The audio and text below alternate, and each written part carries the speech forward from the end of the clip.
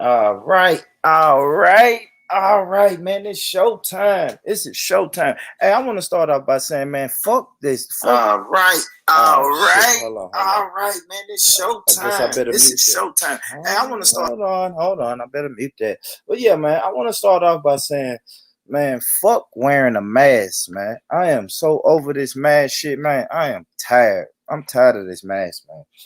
Fuck this, man. When y'all look back on this video 20 years from now, yes, in the year 2020, we had this bullshit ass virus going around and it made everybody wear masks. And I am sick and tired of this fucking mask, man. You got people all in the stores and shit telling you to put the mask on, man. That shit is old, man. I ain't lying. I don't know, man. Well, fuck all that, man. Listen, man. Welcome, man. Welcome. It's RHETORIC. You feel me? It's gonna be a quick one. Hopefully, I say that all the time, but hopefully this is gonna be a quick one, man. I stayed up to fucking 5 o'clock in the morning dealing with my dysfunctional UK family, but I love them to death, man. But shit, I cannot stay up that late today, man. But yeah, man, we're gonna, you know what I'm saying? I got some shit on deck, man. While I was out and about at work today, a lot of shit was going on, you know. The brother on my screen, his name is Jacob Blake. You know, Jacob Blake was murdered by race soldiers, you know, dressed up in police uniforms. He was murdered by them. I think he was trying to get back in his car or something, you know. Y'all can find it though, man. Look up Jacob Blake, Wisconsin, because as y'all know, I don't show those videos on my channel. I'm gonna say it again. I think those videos are slave porn, and what I mean by slave porn, I think those videos are meant for us to look at them and become docile and fearful of race soldiers. So I don't show those videos here. You won't get me to show them here. Yeah, dig. But yeah, man, Jacob Blake, he was murdered. I think it was Sunday night in Wisconsin. So he was out of Wisconsin. I think it's Kenosha, if I'm saying this right. Kenosha. Here, let me share my screen while I read it. Let's just kind of read. What was going on. I got the link in the chat, y'all. Anybody want to pull up? I got some brothers that they're gonna pull up. They got some shit that they're doing in the background, but they got the link, so they'll be pulling up, popping in. You know, couple of my crazy friends. They're gonna jump in, but yeah, let me share my screen. Okay, I gotta stop sharing his picture. All right, now let's share it. And yeah, we're gonna just read through this article, man. Give y'all a little backstory on the murder of Jacob Blake. Then we can kind of go through this. Look, as y'all see, boy, they got Trump.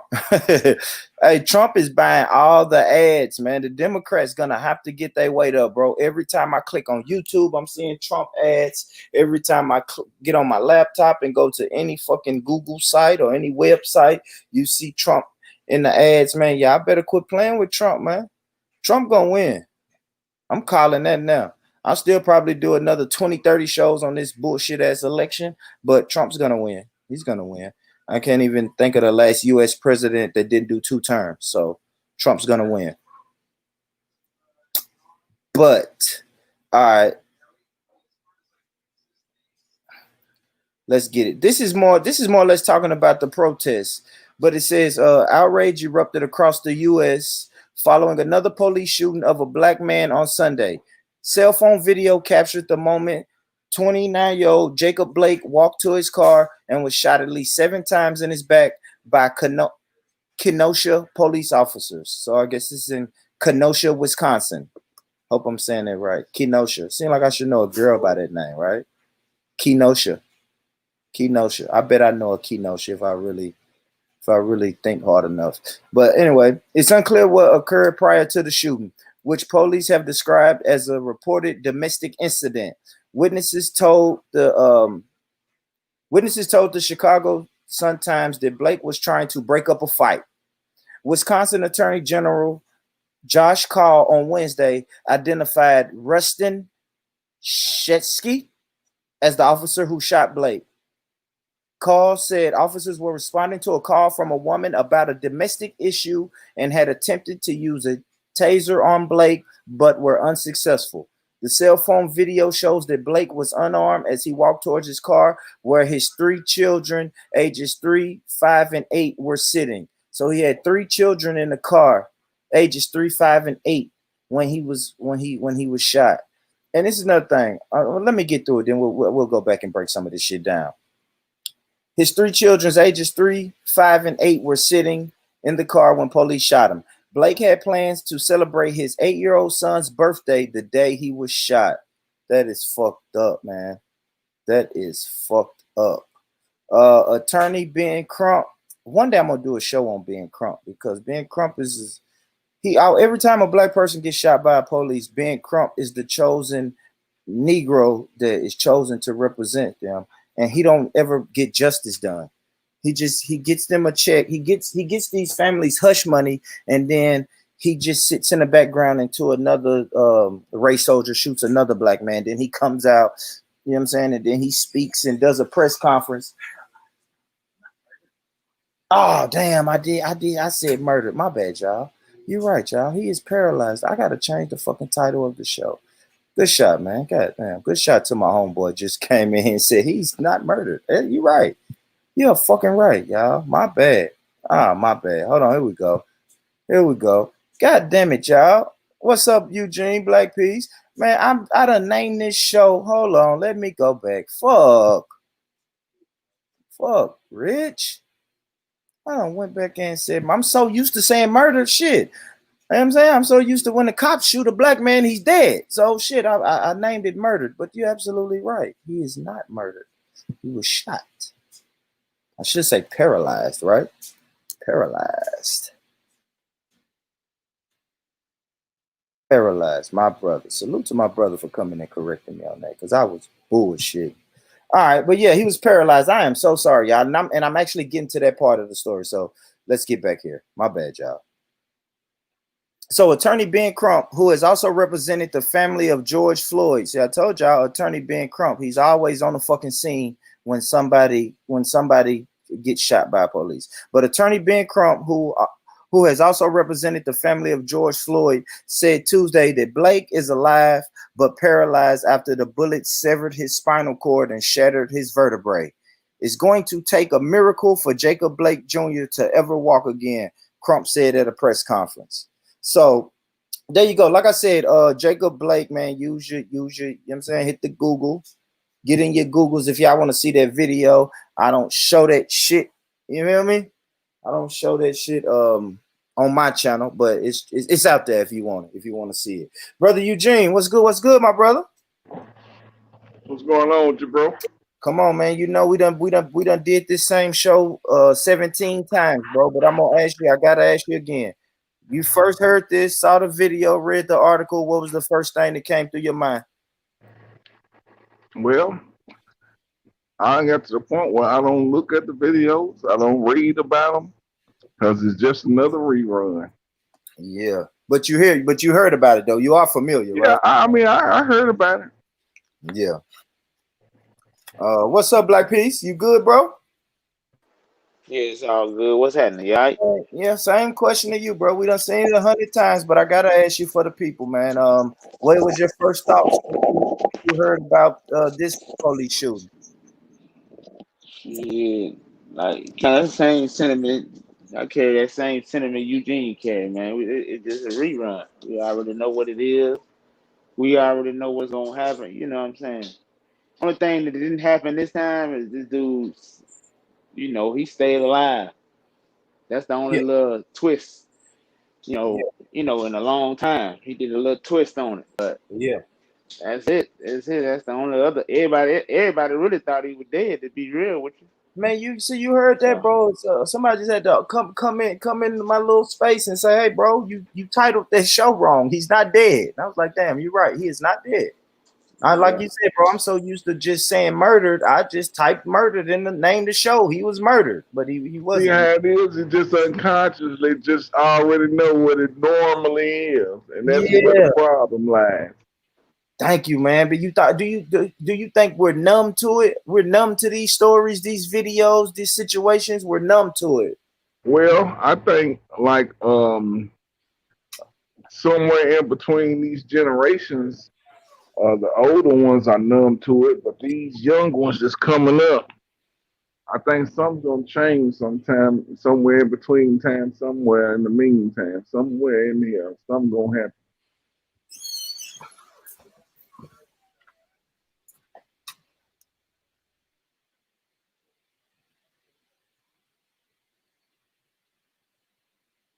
Okay. All right, damn. Nobody's talking. I would say, damn, did I mute this motherfucker? Real quick, man. Shout out to Princess Dominique. Ayo, Shalom, my brother Buddha Bing. This Ayo, my brother God Jacob, putting in that work today, my brother. What's going on with you, brother Leo? Okay, Leo, got to get your mic situated, but I know you'll figure it out. But yeah, man. Yeah, it's dangerous, man, because we have become numb to it. And before y'all jumped on, I was really telling the people, like, I don't show these fucking videos, man, because it's in a way, and subconsciously, I think it makes people more afraid of the cops. You feel me? That's why I always want to know what's the agenda. It's a numbing agent. They do that shit to get that traumatic effect. You know, the trauma that they try to keep on repeating.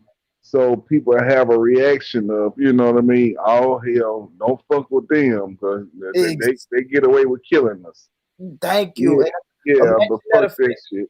Yeah, and imagine effects that, because we like, you know, we can't be foolish. We have single parents, you know, single mothers raising young boys in our community, Eugene. So imagine what a single mom is going to say when she sees that video. She's going to tell little Junior, hey, don't you fuck with them. Like, hey, you stand up straight. You put your seat up. You pull your pants up. Yes, sir. No, you're going to tell that child to be docile. Even I mean, they did that shit in slavery. Think about it. Yeah. What's the difference between when they lined all the pregnant women up, hung one of them, cut the baby out, stomped the head of the baby in front of all of them? Yep. What's the difference? It's scientific. The traumatic experience of that situation is fed into the woman and into the baby. We have a trigger in us now that a lot of us don't even realize is going on and what it is. But you know what I mean? We've been affected. I disagree with it when you come to the part where y'all say y'all numb to it, just because it's like that. Like, what do you think? I work at a cemetery. I'm numb. Shit, hold on. Okay, so this is the thing, though. Like, you know, slavery became numb to the slaves. You feel me? They was numb to being slaves. Like, when you say you're numb to it, that means, well, yeah, it happens. Okay, another one. No, you never should get numb to this shit, bro. This shit, I respect the slaves that every day they woke up like, man, I can't believe I'm a motherfucking slave. Man, how the fuck I'm gonna get off of here? You feel me? Like, that's what we need, bro. We don't need people who being numb to this shit. We don't need people exercising and saying, hey, y'all, man, this shit is just another one. Don't watch that shit. Like, just because. You know why, though? You want to know why that feeling occurs? It's because every generation has seen the same narrative and every generation has reacted the same way.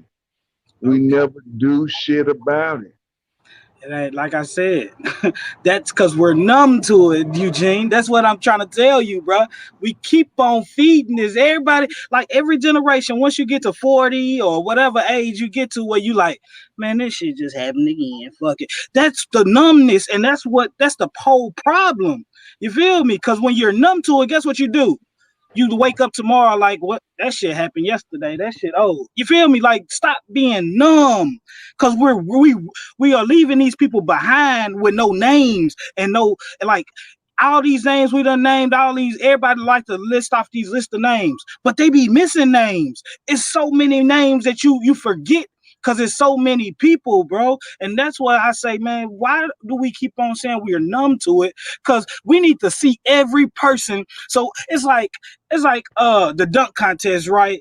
You want to see every new dunk or whatever that the person make. I need to see every fucking time you do this terrible act to us. I need to see this shit. I'm gonna rewind it. I'm gonna see it 1,000 times in my head just so I can remember what happened to you. When somebody come to me and say, man, hey, you remember that dude that got shot 7 times in the back? and he was paralyzed, I'm gonna know, hell yeah, Jacob Blake. If you tell me, you know what I'm saying, all the even every incident, the nigga that ran from the police and got shot in the back, you feel me? Like, I'm gonna remember these incidents because I'm gonna keep watching them. You're not gonna miss me because I'm eating all this shit. Yes, it enrages. It just makes me worse and worse. I'm gonna say that. Every time I see it, it builds more hate in me. But it's building more hate into me to the right enemy. You feel me? And that's what I'm doing. I'm gonna keep on, even when I look back and see the shit like little pictures of people hanging and burnt. Like, I'm gonna keep on watching this shit. I'm gonna keep on I need to eat all this shit so I can always know when I cross my enemy, bro, I don't put nothing past him or I'm not numb to him. You feel me? Well, for me, I'm ready for the not the reaction, the proaction, because they don't have to do nothing else for me to be ready to ride when they actually had a call come out to where black people actually defend themselves. When we finally decide to back each other up and defend each other from any predators that prey on us, then I'm ready to go. I don't need no more videos of people being murdered. I don't need to read no more slave narratives of people hanging from trees and being abused, feeding babies to alligators. You don't have to tell me nothing else. Just tell me when y'all ready to do something about it. I don't give a fuck about getting emotional. We get tied in on just wanting to suffer together. Mm-hmm. We got to have something else come out of this. But you other just than said, just kumbaya and saying, "Oh, that's fucked up, that's wrong," and now I know the enslaver that brought us over here is my enemy. Shit, you should have fucking known that a long time ago. you just said the perfect thing a minute ago. You just said it's single mothers raising these kids in fear. Every black man is not raised with a black father. See, our kids maybe will understand the enemy and know what's up early. But we're talking about these ones who's out here who don't have a male figure in their ear and they don't see this shit till they, like, that's me. I didn't see this shit till I was like 25 for real. You feel me? Like it took it. I was scared of the police. My mama The late told me. bloomer too, bro. To be honest with you, then my consciousness didn't really hit till I was like 28. So you know what I mean. I had both my parents. You know, I mean, but shit, our upbringing is one thing because it does make us who we are, but our culture is another. Our culture has us to where we approach shit in a passive way and thinking something's supposed to come from it. I mean, you know, it's like taking Advil for years and then you become immune to it, but you like, well, shit, I'm still taking the shit that they say they work. Well, if I could, okay, if I could say some, first of all, how you brothers doing? I've been kind of listening off and on, but I just want to say to Leo's point, that rage that you feel inside, that you know, nigga, how we just get numb to it, that feeling. The problem is you don't have a choice but to get numb to it. It's kind of like when your family member died. Nigga, you don't cry for the rest of your life for that person. You only cry for a certain period of time. After that, that person is just a memory. That don't mean you numb to it. It means you push it to the back of your mind. Life goes on, and you continue to move forward. Now, the reason why you don't see that uprising that you think should happen is the same reason why 90% of the conversations that I hear and I listen to y'all have on here about how Malcolm X was a hoe and this nigga was Martin Luther King, fuck white bitches, and this motherfucker, he wasn't shit, he led him into the burn. That's why you don't see an uprising. That's why you don't see, Black is not going out there standing in front of nobody trying to defend nobody, because all Leo gonna do is talk about my shoes. This nigga out here trying to stop civil rights. Look, here's Air Force Ones. We always gonna find reasons to hate each other. So when you try to find constant reasons to hate each other, who the fuck gonna stand for you? You think Colin Kaepernick, if he can rewind, he'll go out there and knee again? Hell nah, nigga. We bashed him in 2 weeks out there was over. So that's why you don't see that uprising. You don't see. Believe it or not, when I'm out in the community and I'm doing everything for all these people, I know half these niggas don't like me. I know half of these niggas talk about me behind my back. I'm in the community passing out food and I got my pistol still on me because I don't trust none of these niggas. So I have to have a level of insurance just to do certain shit in my community. Understand what I'm saying? When you see me in the picture with Eugene, nigga, I'm in the picture with Eugene because if Eugene killed me, my son will be a millionaire. I was able to put enough money back to where he good. These are the thoughts that you gotta have when you helping your people. So the reason why you don't see that uprising is because we don't like each other. I can't look at Brother Hammond and go, man, he a Muslim. I don't understand that shit, but I respect him. Ain't no nigga gonna put their hands on him while I'm standing here. You don't have too many people like that. You got people that I don't like him because he's part of this group and this motherfucker. That's why you don't see that uprising you looking for, and you never gonna see it because they planted a fucking seed in us that's so deep, and we spread that shit to our kids. We spread this. Hold on, just think about that, Nino, for real though, man. It gets to the point with black people that we are willing to do time over a pair of J's. We are willing to do 20 years in the penitentiary because somebody came and stole our TV out our house. Yeah. Like, can you think about how? That's the seed. No. But you actually don't become numb to that, right? You don't never become numb to a nigga taking your TV, right? See, I think you take it. See, the word numb to it is just a prefix to what he means. That's just that's the cool terminology that we use, like whore, like how we say, oh, she's a whore. Well, we know whore a garden tool. She can't possibly be a garden tool. He can't possibly be numb to it. But what he's saying is, what do? It ain't nothing you can do to change it. The reason why he don't mind being around dead bodies, nigga, that's his job. He see it every day. Okay, so let me hit you with this then, Nino. So we like our sports teams. If a nigga numb to losing, I mean, he just out there like, well, here we go. Here go another. He ain't even trying because he's numb to it. Like, that's what I hear in all of y'all say y'all numb to it, is that y'all are quitters. You feel me? Like, don't quit on the fight. Don't never become numb to it. Numb is it's not good. You do that for. Well, you gotta understand what I mean when I say I'm numb, bro. Yeah, you mean in the wrong thing. You taking the wrong context. Yeah, you looking at it like it's just, well, another nigga's dead, and you keep it moving. No, it's more like, damn, how many of my people gotta get killed by these other motherfuckers before we finally decide to do something different? And let me interject real quick on that point. Do you hear what he said, Leo? He said before we, because he didn't say me, because he can't do it by himself. So you got to ask yourself before you can even question if he gave up by saying I'm numb to it. What is the Brothers Roundtable? What is the Black Family Talk? What is all the food the motherfucker give away? What about all the damn events he go to and protest to?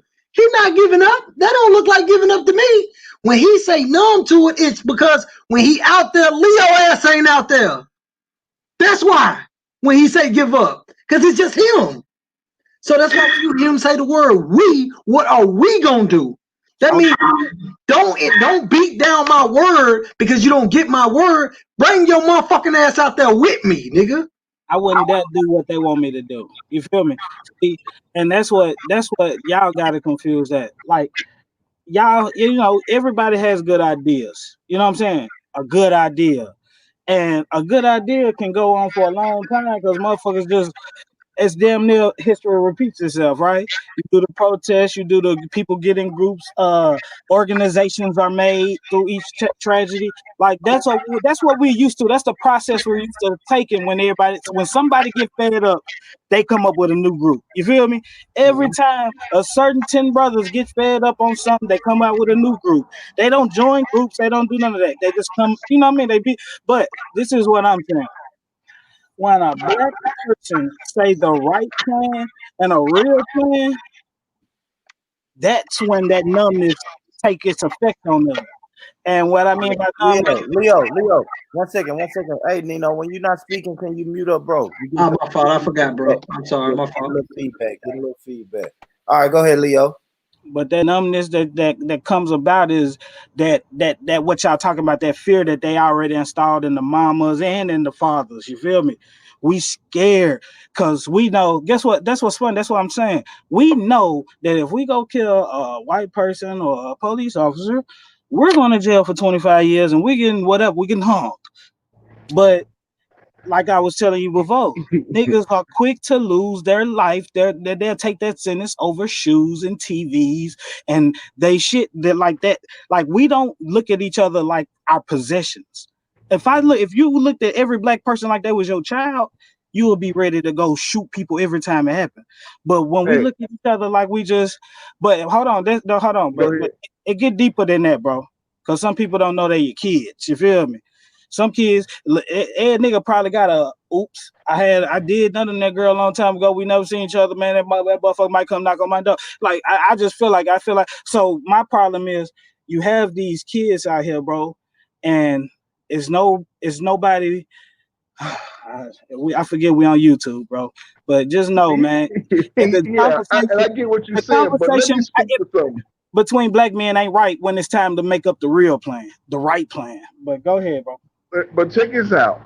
I'm gonna tell you, and I bet Nino is gonna agree with this because this is something that he says repeatedly. When you bring up us having some type of fear or being scared, if something happens to a white person or whatever, or a police officer or whoever the fuck, as an example, you know, it's not them we fear. We fear the niggas that's supposed to be riding with us. Because They ain't gonna keep on riding after you jumped out the car.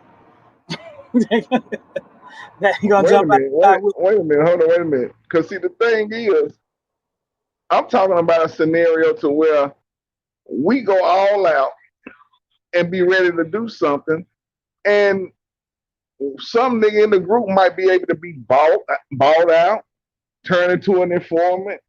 Police come run in on them and turn them around and use them against us.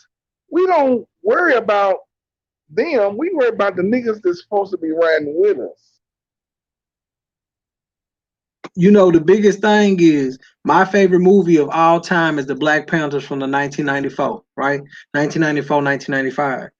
When you watch that movie, right, you realize why the Black Panthers was so cocky.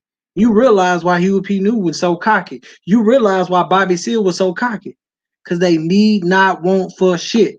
What I mean by that is if I go to jail, cool, my family's straight. We got 5 grocery stores, 13 libraries, 100 movie theaters. They're fine. They could be cocky. You know why? Because they don't need niggas to have their back. They got men who run stores legitimately that can have their back, right? See, the problem with us as a community, and I do agree with you, Eugene, the problem with us as a community is this. We can't understand that we all have different perspectives. We have different perspectives. We have different upbringings. We have different wants. We have different needs. So like you just said, we might got 50 fucking groups that started. Well, guess what? All 50 of them fucking groups started from a problem. For instance, if you walked in my house and you was like, man, I just stubbed my toenail hair way off. Do you have a clipper? I go, yeah, it's in the kitchen. On my way in the kitchen to go get it for you, I hit my elbow. Guess what? I need a Band-Aid. I need some ice. We still in the same position, but we both got 2 different problems that requires 2 different things to solve it. So it ain't gonna ever be one group of people that can solve all problems. It's never gonna be that. It's never gonna be that because Calvin, he might understand and need food stamps. Nino don't want to go down. I don't want to go down to the Maximus building and get online and do that. I don't need to do that. I'm just going to go work. I got trades. I got skills that he don't have. So our problems ain't going to be the same. So all those groups you talking about, instead of sitting back and going, well, I don't agree with everything you said to the T, it's something in there you agree with. Go and cater to that. that make the group better. Why you think Nino Black is the member of the Brothers Roundtable? I'm a member of Gideon's Army. I'm a middle of Best. I'm everything. Because all of them groups host something that I feel like we need in our community. So I'm gonna help you every time I get. And if you want to box when we get finished because we don't like each other, that's cool. But let's go help these kids first. Fact. That's a fact. I agree with that. Leo, anything? Nah, man, you know, I understand what it is, bro. I understand the feeling they get when they see it, and I know they understand mine. I know at some point in time they was where I am. You know what I'm saying? And you know, it's just like a rookie player. You just hoping you never lose your fight. You know what I'm saying? I ain't even gonna say a rookie. Just like, you know, the mid, when you just now entering your vet year, about 5 years in the league, it's like shit. I don't want to end up like that, man. I got to figure out a plan. I got to figure out, but I want to be on the other side of the tactics. we got to get some shit moving out here, man. Yeah. We got to get our young people, man. We got to, like, back in them days, man, we had more 19-year-olds fighting for the cause. You know what I'm saying? Right. It's like we ain't fighting to get them 19-year-olds and 20-year-olds on the cause. You feel me? Like the college. Leo, I can honestly say, and if I'm wrong, I'm wrong. But I can honestly say, by hearing you talk, I can tell you're not out there as much as you should be. Because if you are out there, you will realize that it ain't that we numb to it. It's just that we know what the hell we up against. Because we've been out there. When you go, I know it.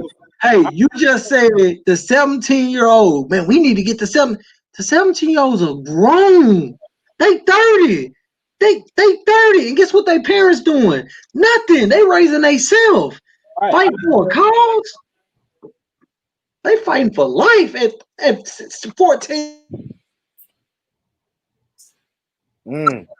Hey, me, Eugene, you remember when we went up there to the school and we was talking to them kids at, what was it? Cone? What school was that? What school was that? But is that a gift of tone though, Nino, by saying, man, they grown? No, nigga, they influence. They influential. You know what I'm saying? Hey, did you have both of your parents growing up? Nah, that's why I was saying something. Yeah, because I was gonna say, bro, hell nah. When I mean by grown, I'm saying when we was in that classroom, one kid had just got shot. She had just got back to school. She ain't up like 14, 15. Another kid, brother just got killed, and the police left him in the street for like 8 hours. Like these stories they telling us that just happened 2 days ago. Okay, what if your organization had 2 times a year y'all got to speak at every school? Like, wouldn't that be a good thing though? Like for real? Like, yeah, it's people that do that. Now the whole organization, you want them to see that y'all a group. It's more influential to young people to see that a lot of people is doing it. Eugene, who he sound like saying it should be one? Hey, he's stupid.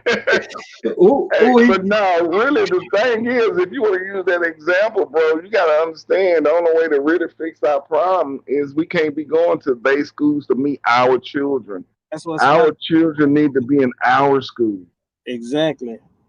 Now we got churches. We gotta go to the churches. Hell no. I don't advocate on teaching our children through the church unless the church want to have something outside of religious teaching. That's what it is. That's the only way you can get them by themselves, bro. Or the center. You can go to the center though. Now don't get me wrong. They allow me to speak in the church, so I utilize that avenue. But I make sure I tell them up front. That's why they scan me before I get started. Every time I speak, I am not a preacher, but I'm here to tell you the truth, and that's all I know to do. Yeah. I don't know, man, but like we said, man, it's just the same old shit. You know, we keep seeing the shit. You know, and we meet and we talk and we discuss solutions, and I don't know. I guess let me shit. Let's see what should be his consequence. I'm coming to you, Nino. What should be the consequence for this officer who did this? Okay, y'all know me. I'm gonna keep it 100 all the way 1,000 with y'all. His We on YouTube, consequence, still on YouTube. yeah, his consequence is his consequence is that he should go to jail. He should go to jail, I feel like. But I missed a part of the conversation which I was having about what was happening. But if you know the law, anybody that's on here, I'm not gonna say it because we live, but if you pay attention to the law and you read the law, you know that officer is gonna get off. Absolutely. Yeah, absolutely. I'm not even saying it from a law perspective, Nino. I'm saying it from a historical perspective, from a conditions perspective, from a lack of power perspective. No, I mean, to be quite honest, if you want to call it that, you can. But the problem that I have with you calling that is the same thing Leo was saying about his feelings about people saying that I'm numb to it. It feel like you being a coward and you running out of it. At the end of the day, you've been a realist. You've been a realist. You know, you have always got to look at the history, and let's see if we've had 8 of these cases this year and only 1 has been convicted. We have to just look at the raw data, bro. Okay, so let me ask you a question. If you say nobody touched my air conditioner in my house, yeah, your daughter touched the air conditioner in your house, even though you went through the county clerk and every aspect you needed to do to make that a real law for your house, as dumb as that law is, when she broke it, do she get punished for it or not? She does, because it's your fucking house. Yeah. If we constantly talking about how all these laws are made against us, these are white laws they made against us, right? As dumb as walking to your car, opening your door, and reaching for something in it sounds to be a fucking law, it's a goddamn law. So when you do that, you can't say, hey, why did you shoot me? The same reason why they shot the other 1,588 niggas. Absolutely, because it's a law and it's a code. Like, man, bro, we're pretty much saying the same thing. I'm saying it's a law. So yes, it's a law. Who made it a law? Well, they voted the people in. Crackers. Who created the voting system to where that person got voted in to make that law? Crackers. We're saying the same thing, brother. And I'm not saying we give up. I'm not saying we be docile and give up. I feel like we know what we got to do. We know what we got to do, really. But we're going to take, I feel like we should take steps. Just take steps. You feel me? If it's somebody's job to deal with the political shit, let them deal with it. But I'm going to sit over here. I'm not going to hate.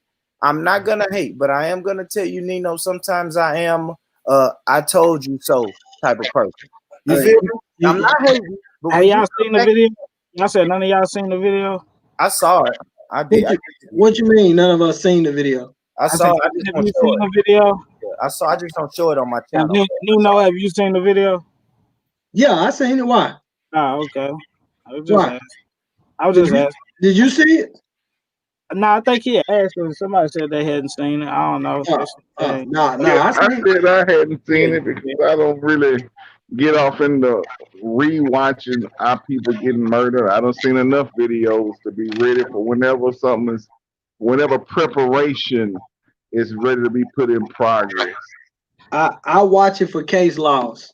As y'all know, I'm currently making a free pamphlet that I'm gonna pass out in the neighborhood. So I've been watching everything, just getting case laws and getting an understanding of what's going on, the dichotomy of it, the psychiatry of it, the whole nine. So I've been paying. Yeah, you know me. I know our history, so we can go from millenniums back all the way up to today if you want to have case studies on how we get mistreated by outsiders. Nah, that's not even the case. That's not even the case study I'm looking for. The case study I'm looking for is equivalent to you having your first job at McDonald's and they tell you only get a Big Mac meal for free, right? When you go and say, hey, can I have a chicken sandwich combo or number 5? And they go, no, that's not what you get for free. So instead of you going ask, what do you start doing? You just start making that motherfucker on your own, right? You start making your own food, right? That's how you learn to play the game. My thing is we don't know how to play the game.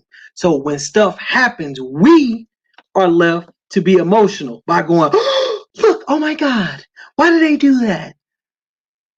But the lawyers are looking back like, no, it's nothing to be. You didn't know that was going to happen? You just watched it 100 times. Why you don't know that's going to happen? When Walter Scott took off running and his head was down and the police shot him in the back and he never turned around and see where the gun was at, right? They went to jail, didn't they? Yeah. So why don't you think the dude at Wendy's that got killed, why you don't think why you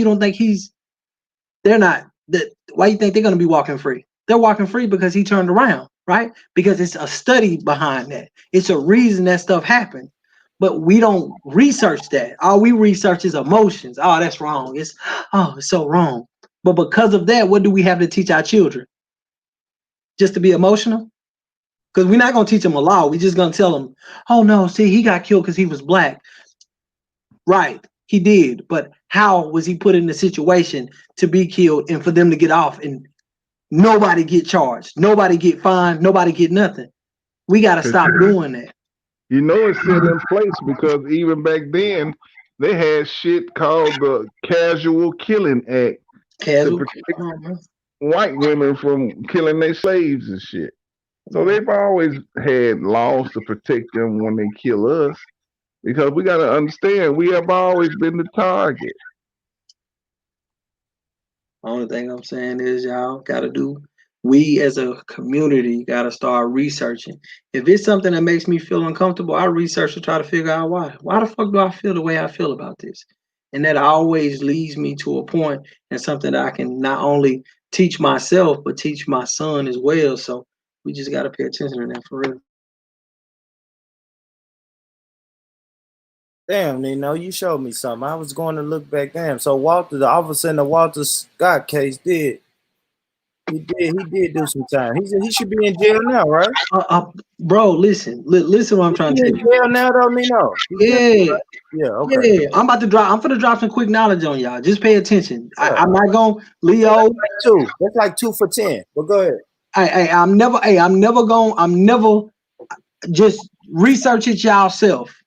Every person who's ran from the police that has died and the police got off, they got off because the person turned around to see where the police was when he was running.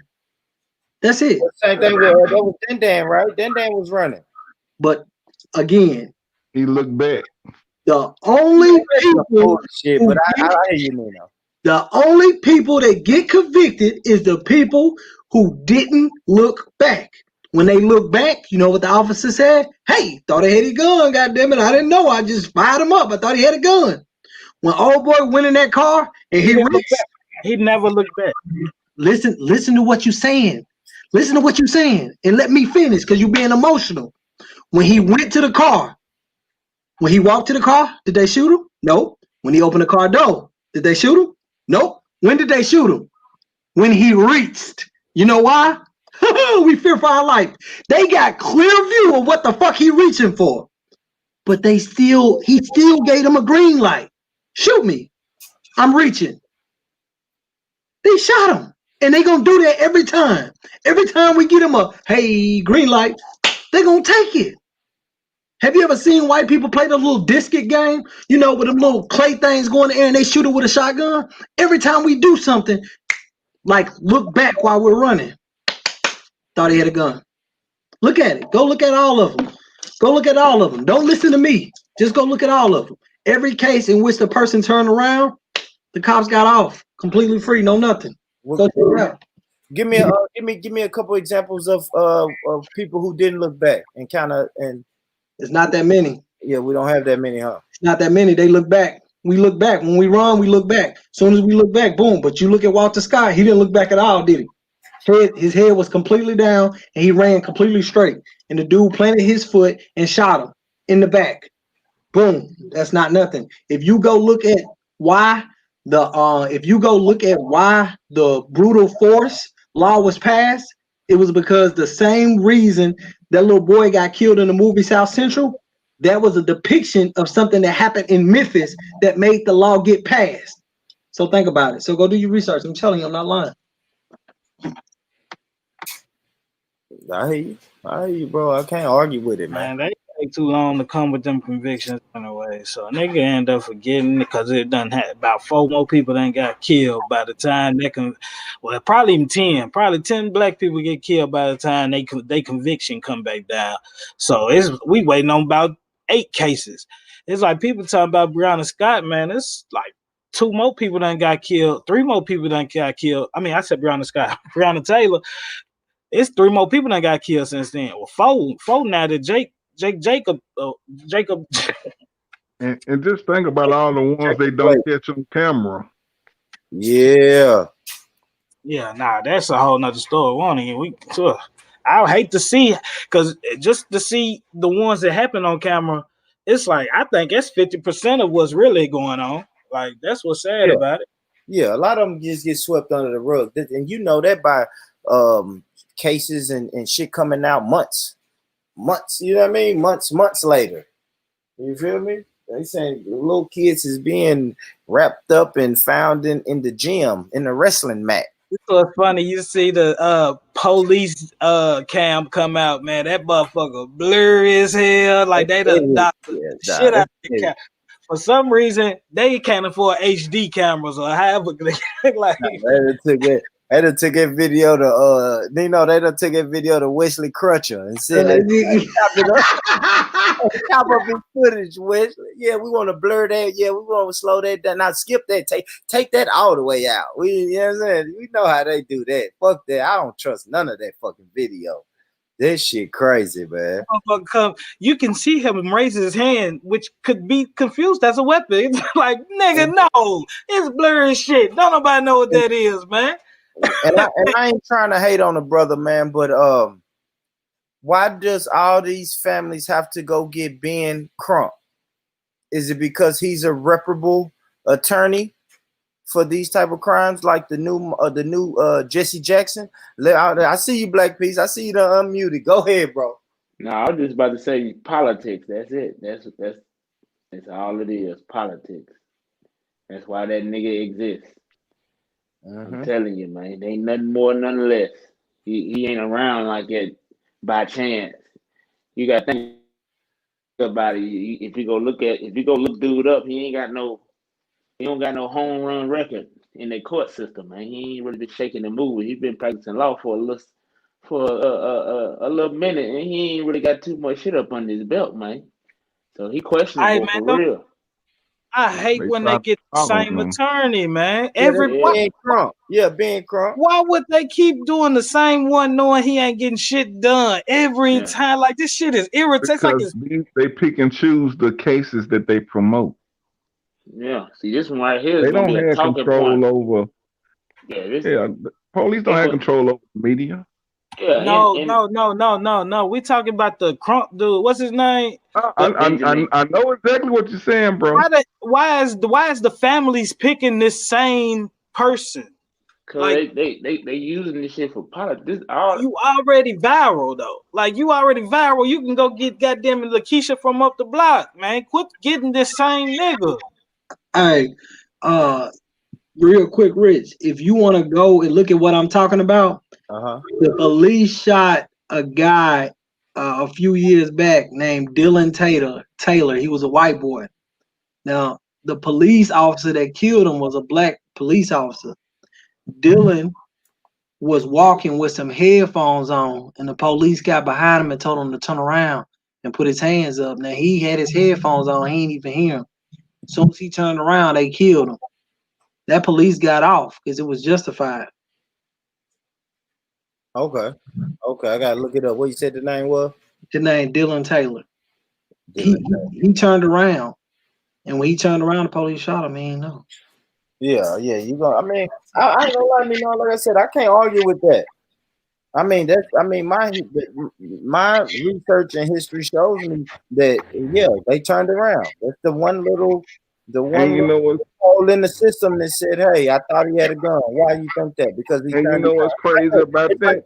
I fear. It's like I fear for my life, right? But go ahead, Eugene.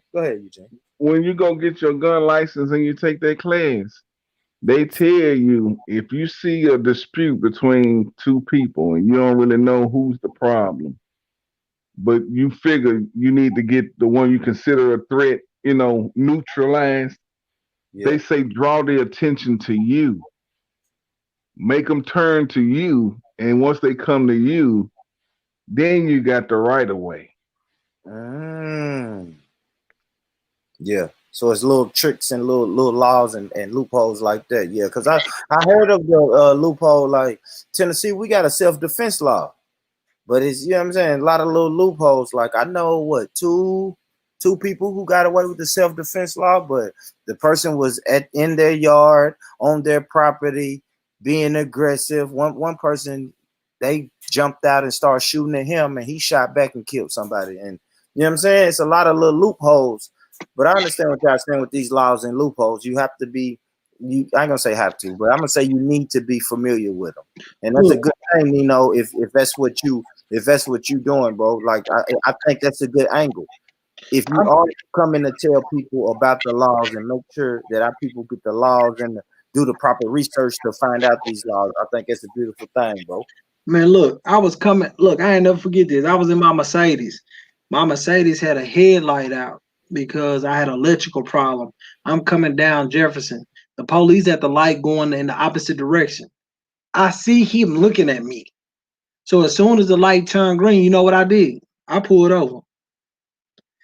He busted a U-turn and got right behind me, walked up to the car and said, "How you know I was gonna pull you over?" I said, "Cause you a dick, nigga. That's your job. What you mean?" "What you mean? Huh? License, registry, go, run it. Get the fuck out my face." Like, I know what you see what I'm saying? I know it's bullshit. It was fucking 3:00 in the afternoon. I ain't even need my headlight on. But I know since he seen it, he was gonna come pull me over. Now, what I could have done was, man, what the fuck, man? Why you give me a head? Man, my headlight ain't even supposed to be on. But instead, when I pulled over, I opened up my phone, started going to Google, and I researched it. And when I researched, what I learned was he could pull me over. Anytime your headlight on, no matter what time of day, they both got to be on. But that's what I'm saying. We got to research. We get so emotional and we don't understand the game that we playing. So by the time he walked up to the car, I'm already knowing I have to pay this ticket. Man, just go on. Take that shit and go. Yeah, I hear you. So what's your thoughts? What's your thoughts on like policing the community, policing your own community? Well, I feel like we absolutely can police our own community, but I only feel that way because number one, is not police jobs to protect us, right? You can't, if I shoot you and you call the police, you're not protected. You've already been shot, motherfucker. Yeah. So the police can't protect you. The only person that can protect you is your community. Me, your brother, your sister. We the only people that can protect us. So we need police for paperwork. That's it. That's all we need. That's all they are. They are motherfucking paperwork people. They come, pull up, get your name, file a report, and they're like the hall monitors. That's what their job is. John went to the bathroom 3 times. That's his job. That's it. So we need policing. I mean, we don't need policing. We need a community. Right now, we just got neighborhoods. All of us right now live in a neighborhood. None of us live in a community. That's all we need. That's all we need. You can't have 8 niggas with felonies and say, "Oh, they're going to interrupt violence." How? They can't even have a gun. It's impossible. So we got to. Tony like that shit. Tony like that shit, boy. It don't make sense. It don't make sense. I ain't the only person in the room. It don't make sense. But because these people might be ghetto social icons, don't nobody say nothing. But okay, do your thing. You know what I'm saying? The logic behind it don't make sense, man. But I'm just saying, as a community, we got to stop being emotional. Because if we celebrating somebody just because they cool, that's still an emotional feeling. Because we're happy for them, but instead of just being happy for them, we're placing them on a pedestal. So as a community, we got to stop being so emotional, right? And what I mean by that is we need to plan. We need to be strategic in what we do. Yeah, we don't need no police. What can the police do? If I shoot you, they didn't protect you, motherfucker. You already shot. So they can't protect you. Their job is not. They actually have a law that was passed, I think, in August of last year or the 2018, I think, where it's not the police specific duty to protect you. That's not their job. It's not. What the fuck? It's not their job. They don't prevent crime, they respond to crime. Exactly. Scruff McGruff, Chicago, Illinois, 60652. Hey man said Scruff McGruff. That's funny. I would just say, no, they're not called the protectors for a reason. They're called. They don't protect. How they gonna protect you? How they gonna protect you? They don't know so you said Metro Protectors. Said, nigga, we policing this shit, nigga. What's up? What's going on here? What I look like, a damn snitch.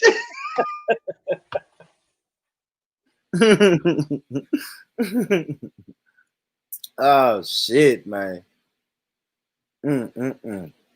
But yeah, man. So, all right. So that we definitely want justice for that brother, man. Like Nino saying, man, learn the laws. Learn the laws. It's the laws of the land. You feel me? You can hate them, dislike them, whatever. But if I'm honest, they're the laws of the land. You feel me? We know they're corrupted laws. We know these laws are biased, racist, whatever word you want to put on them. We know these laws are not for us. You know what I'm saying? But they're the law of the land. So, you know what I'm saying? If you want to learn it and want to follow it. You know what I mean? So that's good shit. That's good shit, So yes, man, we want justice for my brother, man, Jacob Blake, man. You know what I mean? Everybody say his name, Jacob Blake. I'm gonna follow this story, this situation. You know what I mean? Keep you posted. This brother is gonna walk again. You feel me? I'm gonna speak like that. This brother is gonna walk again. So, you know what I mean, if you pray, keep him in your prayers. Whatever we can do on a political stance, you know what I mean? Let's try our best. But all right, so that brother died, and the NBA playoff games, they got postponed today. I think they said it started with the Milwaukee Bucks. Of course, Milwaukee is another city in Wisconsin where the shooting took place. So the Milwaukee Bucks said, hey, man, look, we're not playing today. Fuck basketball. Y'all just paralyzed this brother right here in this same state. We're not doing basketball. Fuck that. We from Wisconsin. The shooting happened in Wisconsin. It's too close to home. We're not playing no fucking basketball. Leo, come on, Leo. I know you fuck with the sports, man. What was your first thoughts when you found out that the basketball players was boycotting? Nope, Leo not there. Talk to me, Eugene.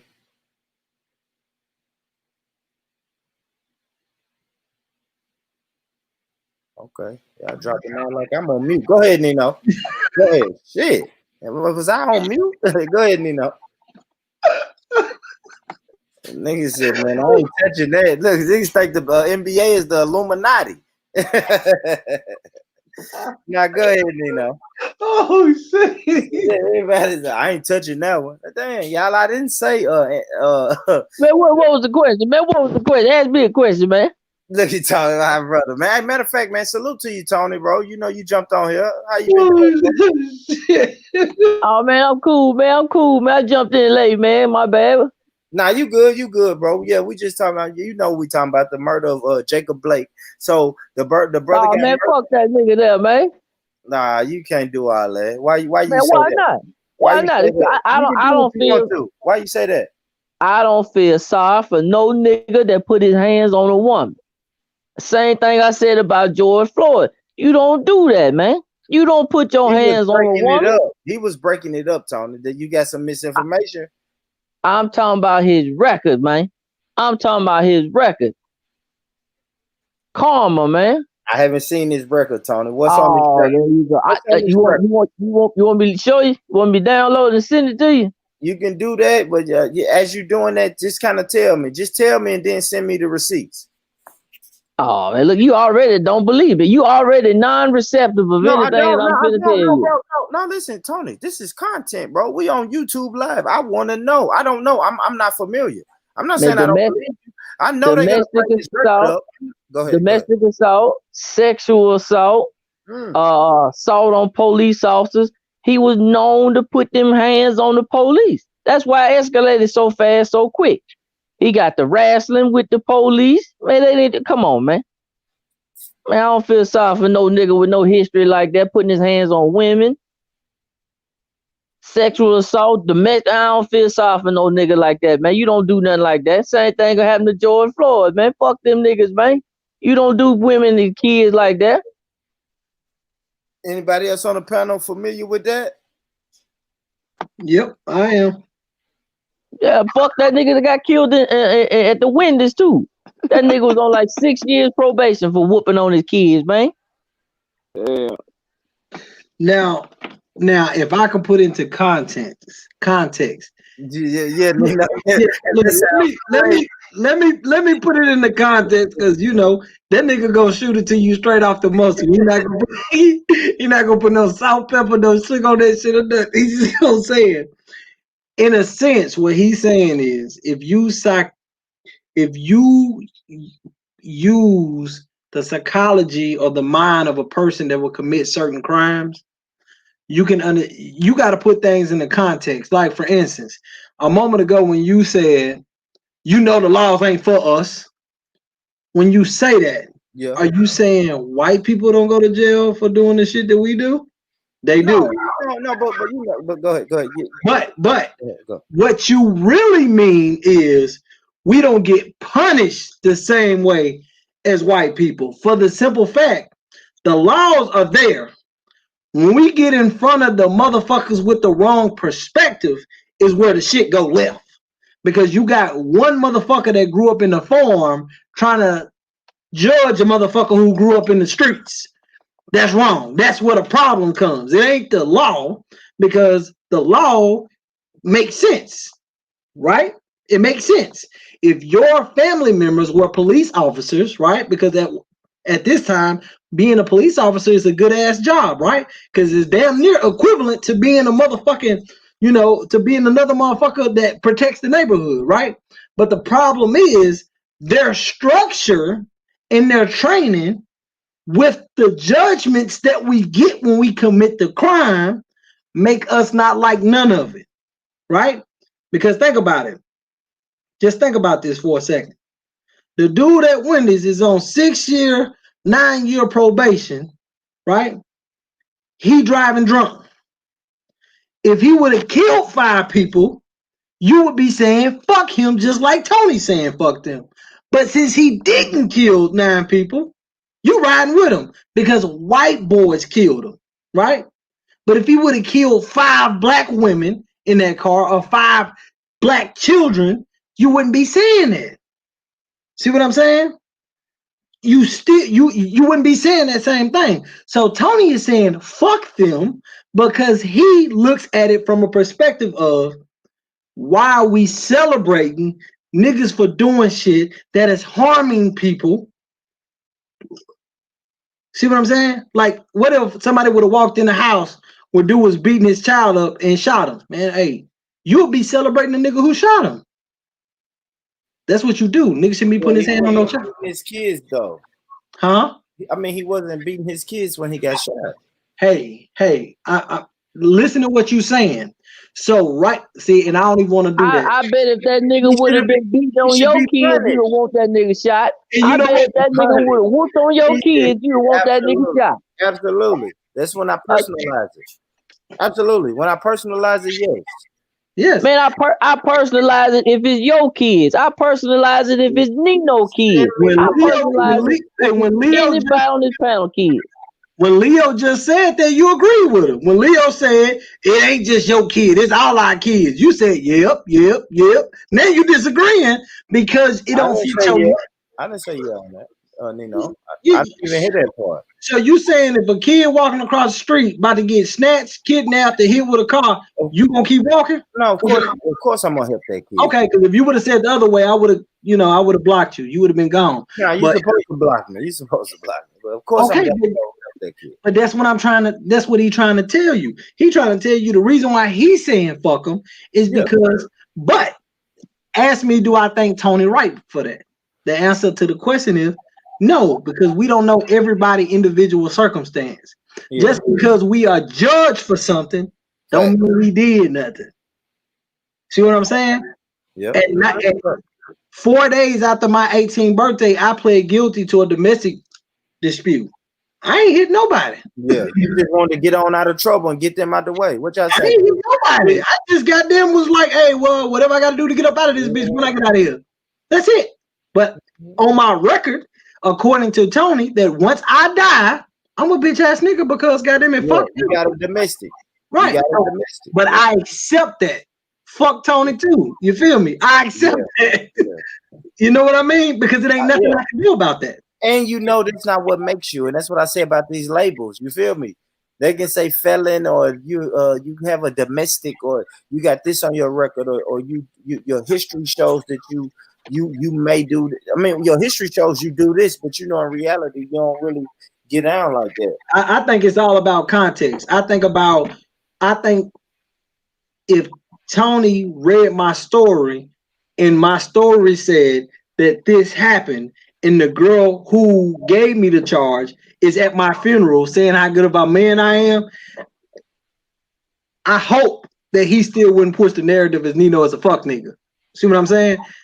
The context of it, just like how Leo was like, you know, he was talking to Eugene, y'all sound like y'all giving up. Now you can't say that, because by you saying that means you ignore everything this man Eugene been doing for the last 3 years, 5 years I've been knowing him. You can't do that. What about the other shit he did? See what I'm saying? I'm pretty sure if we look at that nigga Tony record, that motherfucker got something on that bitch. I know it. But guess what? We don't pull it up and say, oh, that's who you are forever. We can't do that. Hell, he probably caught that charge. I caught my charge I was 5 days after my 18th birthday. Come on, man. Yeah. I hear you. Shout out to everybody in the comments, man. I mean, hit that like button while y'all in here. Salute. I see Chemo, Sister Cola in the building. So Cola put a comment. Cola Eater Gray says, still don't give the police the right to use excessive force such as murder. Period. And I'm a woman. He should be locked up. He said the police are constantly using excessive force towards blacks. I agree. Tony, do you agree that the officer should be locked up? I don't believe he should have been shot like that. Because I don't know. I don't know if he reached for a gun. I don't know if he didn't. But I do believe he was unarmed. He was unarmed, right? Do I have that right? You don't know. We don't know. But I do believe that he should not have been shot like that. That was 7 times. But dude was a hothead though. You feel me? This ain't the first time he done got charged with domestic violence. Like Nino said, one isolated incident shouldn't stain you. But dude got a track record of it though, man. You just gotta look at his criminal history. It wasn't the first time he done got arrested. Dude got a track record of pulling guns on people, beating on women. Man, I ain't got too much sympathy for him. I ain't gonna lie. Do I think he deserved to be shot like that? No.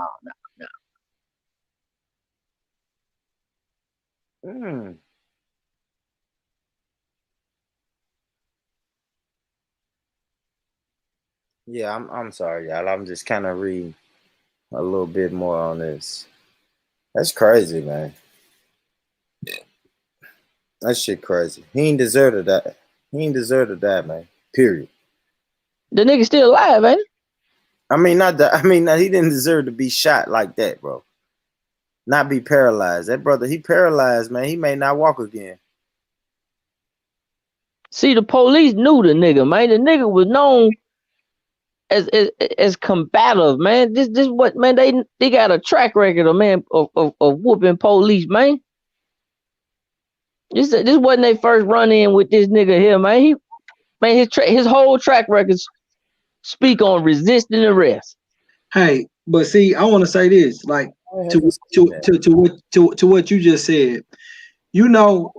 Me and my cousin was in a car one time, and we got pulled over twice. Both times we got pulled over. One time we was in Hermitage, and one time we was in Memphis. we got pulled over, both times we got pulled over, they never asked me to search my car. They never asked me if I had drugs on me. My cousin said, bro, I swear to God, they make me get out the car every time. They want to search my car every time. I said, have you ever got caught with drugs on you before? He said, yeah. I said, well, that's why. Shit, they know it's a habit. Nigga, if you got it once, you gonna always have it. So when they pull you over and they see drugs, first thing they gonna do is say drugs. So if you got a nigga that's constantly giving police problems, all his charges are violent, how you think they gonna approach him? If you know I've been robbing niggas all goddamn day and you see me coming down the street, what you gonna do to your chain, nigga? You not gonna leave it out? And he just got to fighting with the police. Like the other video show him fighting with the police. Ain't no telling what he was saying. But we don't know. And again, and I'm not saying he deserved to be killed. He deserved to be shot that many times. I don't believe that at all. That's definitely not what I'm saying, because I feel like the police can use rubber bullets in most cases. I don't feel like they have to use a firearm. They can use rubber bullets in a lot of the cases. In a lot of the cases, they could just box the nigga out. To be honest, I don't think, and that's why I feel like we don't need policing in our neighborhood. We need note takers. We need people to come in and say, all right, well, look, this nigga did this, that nigga did that, put it on paper. So if he get another offense, that nigga gotta go. We gotta get him up out the neighborhood. He ain't he tripping. Other than that, I don't think we need police. Because again, you got all these white ass men that never been around black people, and all they see is black people being violent on TV. They gonna come with a little edge on them, man. They gonna do that every time. And that's what you gotta expect. There's just that on that. Again, but just because we are saying, hey, he shouldn't have reached in the car. First of all, think about the logic. For anybody that's watching this, Cole or whoever else is watching this, think about this. You walk into the car and you got 5 police guns on you. What you gonna do? Outrun them? Comply. God damn it, comply. What the fuck you gonna do? Outrun them? What you gonna do? Get your gun first? What are you gonna do? What were you doing? What were you doing? What popped in your conscience? When the police get behind you in the car, your nuts drop. You got them right in front of you with the gun on you. 5 of them. What you gonna do? How are you gonna get away from that? I ain't no bitch, but you got a gun on me. Nigga, I'm Michael Jackson. What you want me to do? Nigga, what? Okay, I'm down. You got it. Cool. I'll catch your ass in Walgreens when you ain't got no suit on. Right now, nigga, I'm your bitch. What you want me to do? How? How is he gonna get out of that? Is what I'm trying to ask y'all. It's 5 police with 5 guns. What you gonna do? That he just got through fighting with.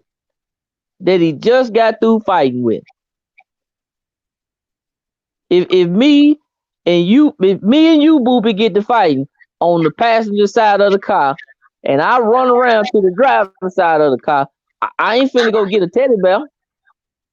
You don't think I'm finna go get a teddy bear, do you? See, but the thing is, we so emotional that shit we don't want to hear that. We don't want to hear that. We don't want to hear that shit, Sharif.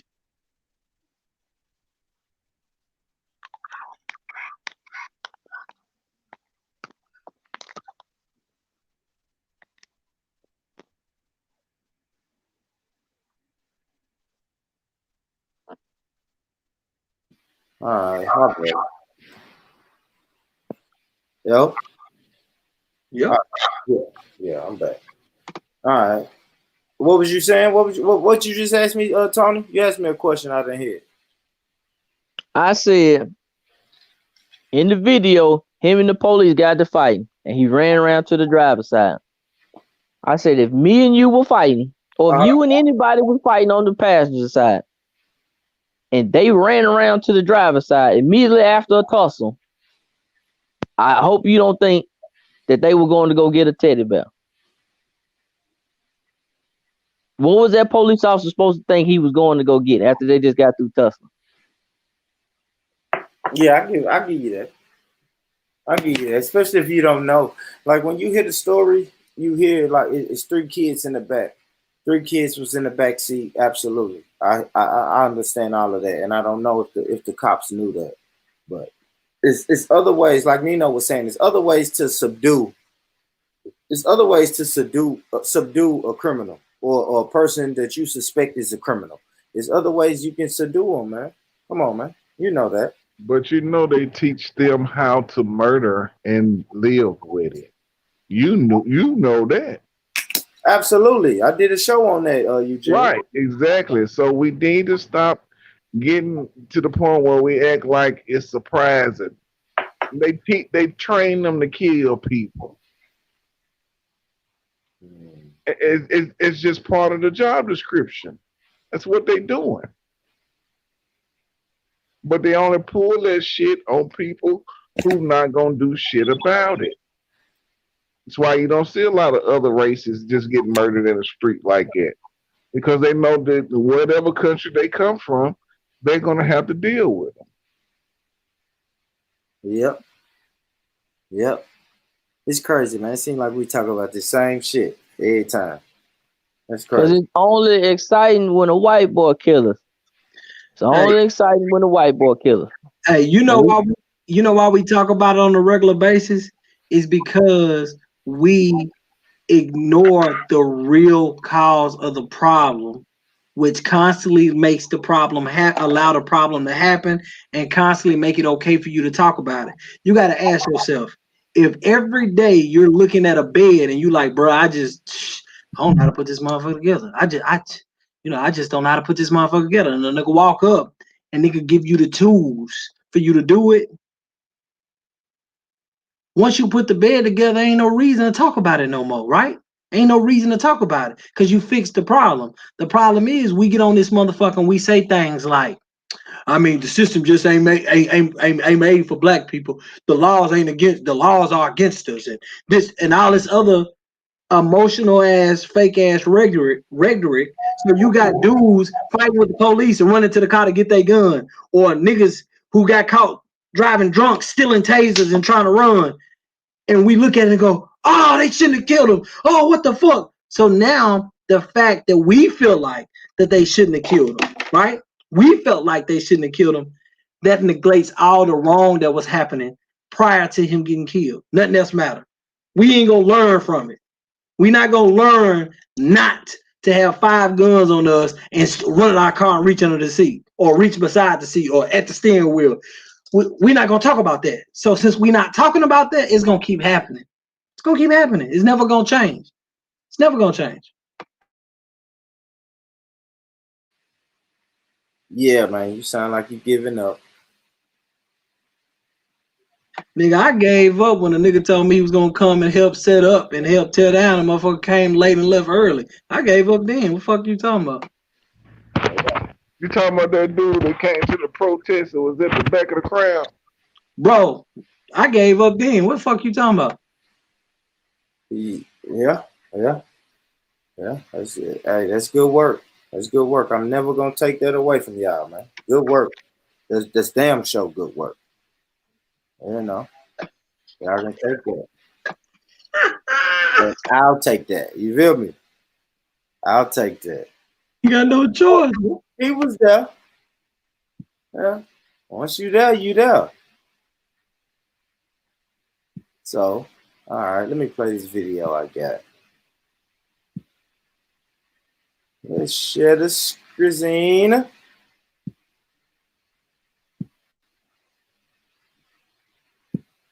All right, so I bumped into this video. This is a video of this right here is a video of the protest that took place after the brother got shot. So after Jacob Blake got shot, this is the protest. They had the protest.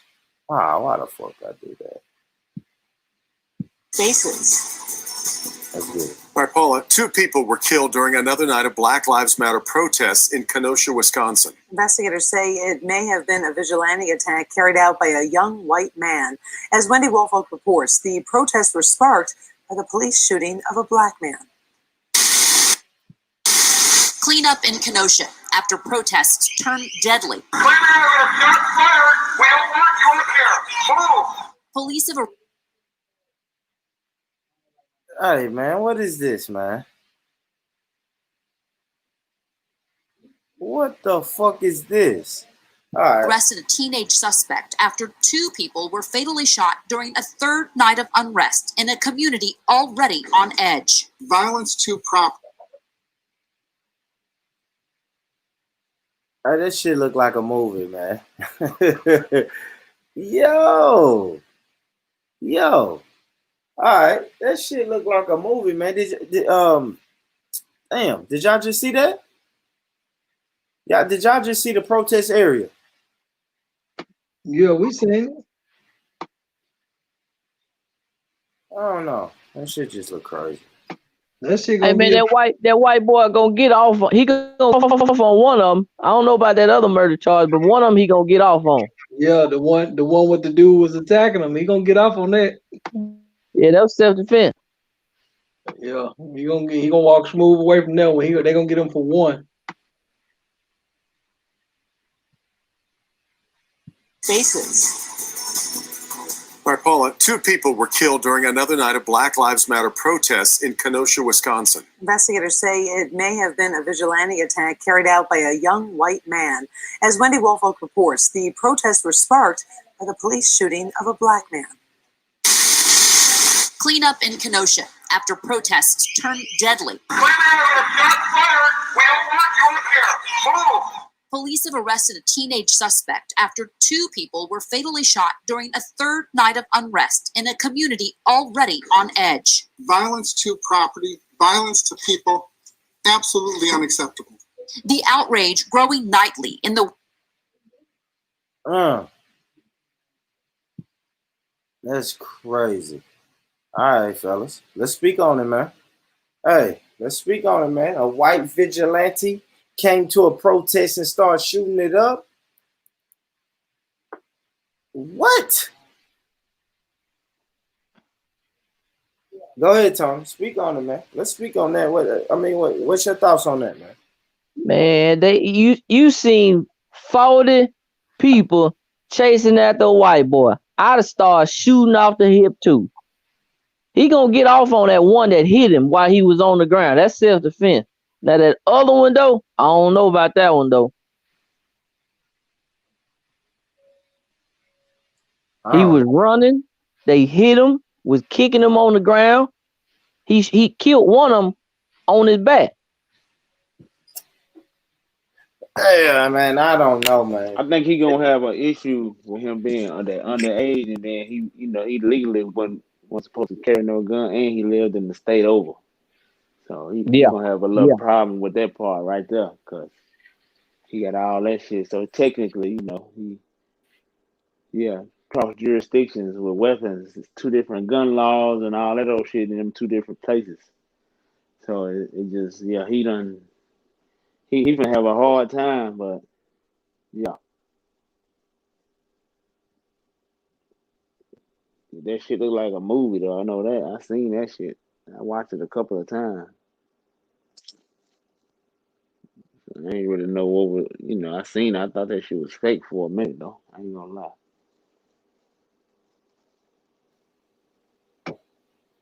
But Was he? Yeah, well, Go ahead, Nino. If you had something to say, bro. Nah, I was just gonna say real quick. But that's why the issues that we have with the community, with the police, will never get solved. Because out of all the stuff that y'all heard me say today, what Cola got out of it was we justifying police killings. You would never hear any person of color say, "Oh, he was justified of killing." We're not justifying killings. We're saying pay attention to the game that you're playing so you don't give them the green light to justify the killing on their end, not ours. It's never you never going not even Tony. Not even Tony said, yeah, he should have killed him. No, hell no. We don't think he's supposed to die for that. No. But we gotta understand how he get in the position to be able to kill him. How did you give him that position? In broad daylight. See what I'm saying? Yeah, but I don't know. I want to get back to let's get back to the vigilante killing. Man, you The gotta ask. vigilante, because we just spoke about these protests that y'all said certain people was at the back of this protest, and now we protesting, and now maybe I am at the back of the protest. But look, we're protesting, and Oh, then don't be a that white boy way. with an AK-47 comes through. Yeah, I mean, then the white boy with an AK-47 comes straight through y'all protests. Fuck your protests. A couple of the brothers want to be tough and chase him, and now he starts shooting. How the fuck do we keep ourselves out of the position for that to happen? When you see you're openly being attacked, we can talk about justified killings, and then you're being openly provoked and attacked. Like, that's two different things. So how do we handle the vigilante situation?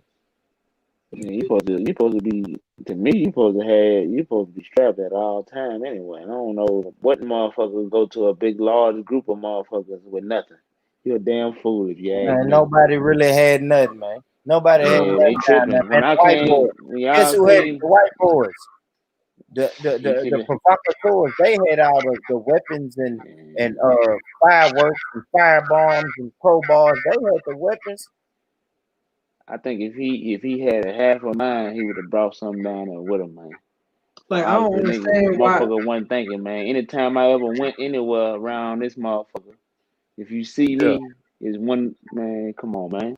The I'm only not. place that I go that I'm not strapped is the mosque, and that's only because they check the sole of your goddamn shoe. Like, I just don't Oh, well, understand. I I ain't just going don't. in there then. I just don't understand. Like, why would you go? But again, you got to think about it.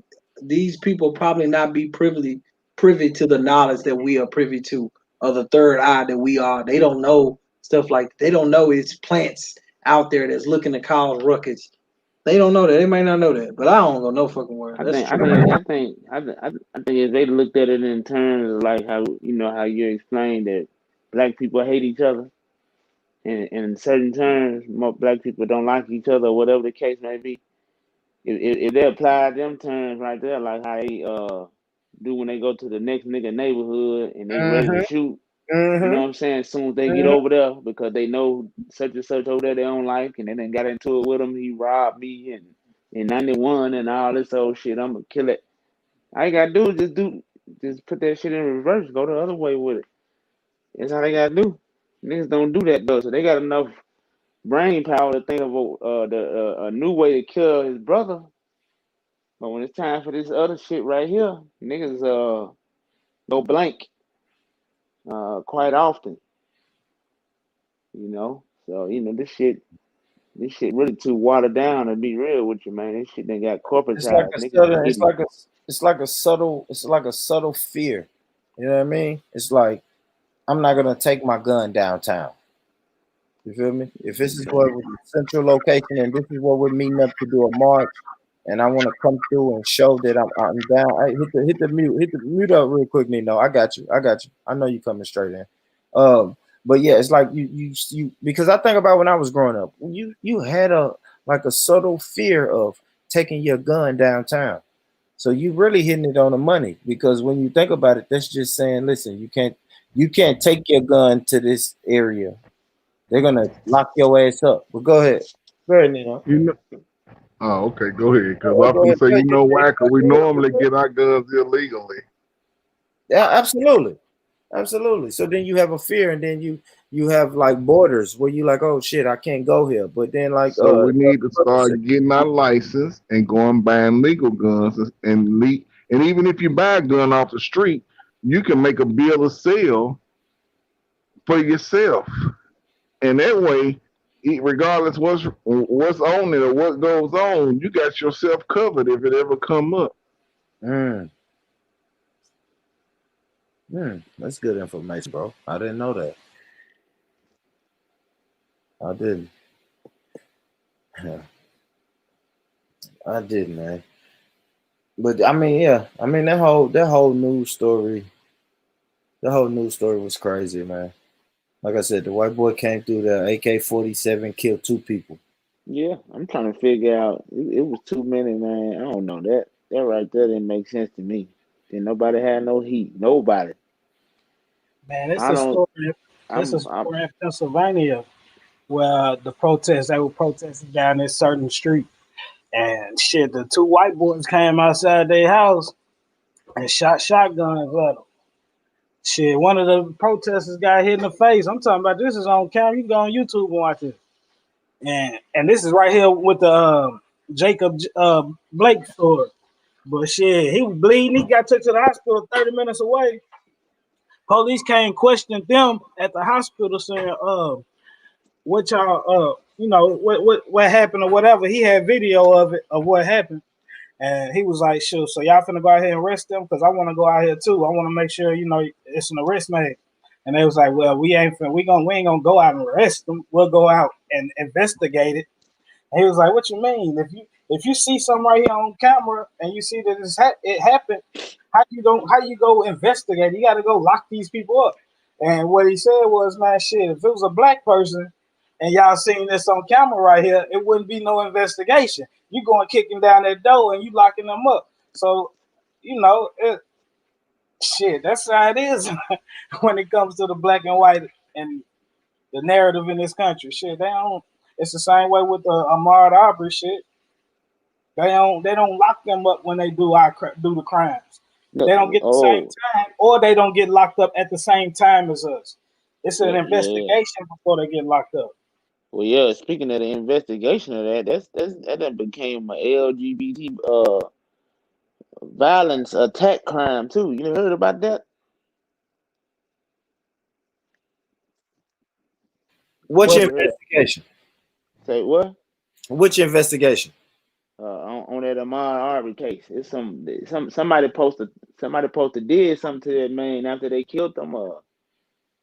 They posted some kind of sexual type shit, some type of sex crime happened with dude and them, one of them white boys. On him? So, on the Ahmaud Arbery? Yep. They put that shit out, man. I'm telling you. So yeah, there's some shit coming out about that, man. Go on, read the joy. You gotta go on down into that news, man. You gotta read that shit. They don't be publicizing like they're trying to keep that shit low as possible. Oh, you saying when he was laying there dead, they did something to him sexually?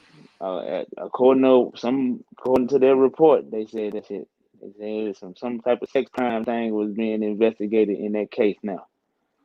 So I don't know exactly what is supposed to happen, but they said a sex crime. So whatever that is, whatever that consists of, it could be anything. I don't know. Damn. But that's what they saying. So I don't know what they did. I call it LGBT violence. That's what I call it. Yeah, We gotta you saying it was a hate crime? Yeah, they attacked a straight man. That's heterophobia. You feel me? Yeah, motherfucker don't wanna let me see. Let me see. Heterophobia, man.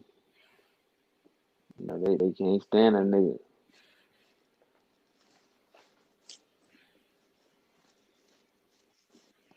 Some old Ed Buck type of white boys. Some of them.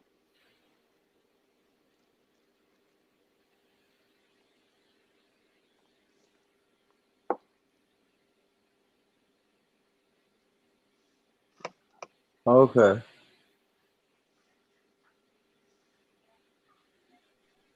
Yeah, he was supposed to have molested a child. No, he was messing with the dude. It's two. Yeah, that's right. Because it was a father and a son, wasn't it? Yeah. Yeah. So the son trying to say his daddy molested him. So now they got an investigation on the daddy for molesting his son. Yo. What the fuck? What? See, I told you some freaky ass shit going on with that case, man. Yeah, man, that's crazy. Oh, y'all ain't peeping the narrative. They trying to get the son out. The father, like, man, I don't want my son to go down for it, so I take the charge, and y'all let my son out. Like, that's what they trying to do. They building a case for he is mentally messed up by his father. Yeah, that's crazy. That's crazy right there, man.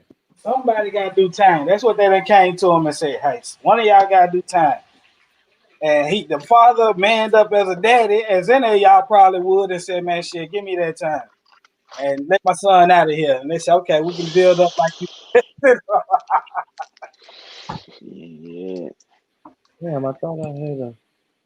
All right, I got another video, man. Hard left turn, man. Quick left turn, real quick.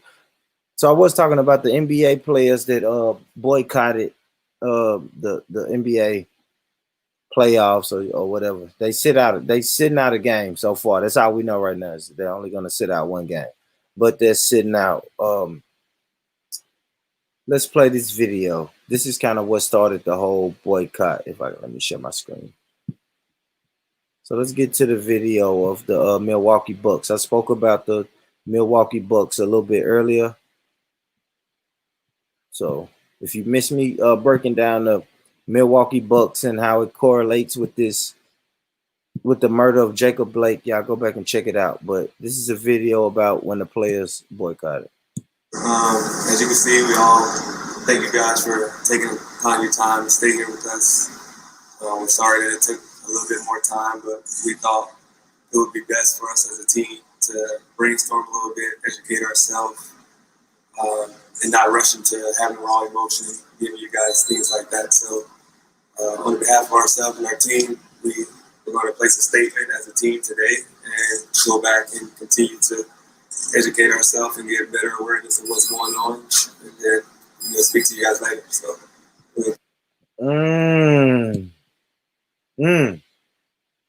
All right. So I'm gonna come to you, Leo. Leo, what was your thoughts, man? You first heard that. I know you watch basketball. Man, I ain't gonna lie, I was proud of them, man. I ain't gonna lie. My first thought was like, yes, thank you. Good job, guys. Y'all doing something. I think it's too premeditated, like not premeditated, but it ain't thought out enough though. You feel me? I think it was just, let's do this, and it's just, yeah, you took a knee. You know what I'm saying?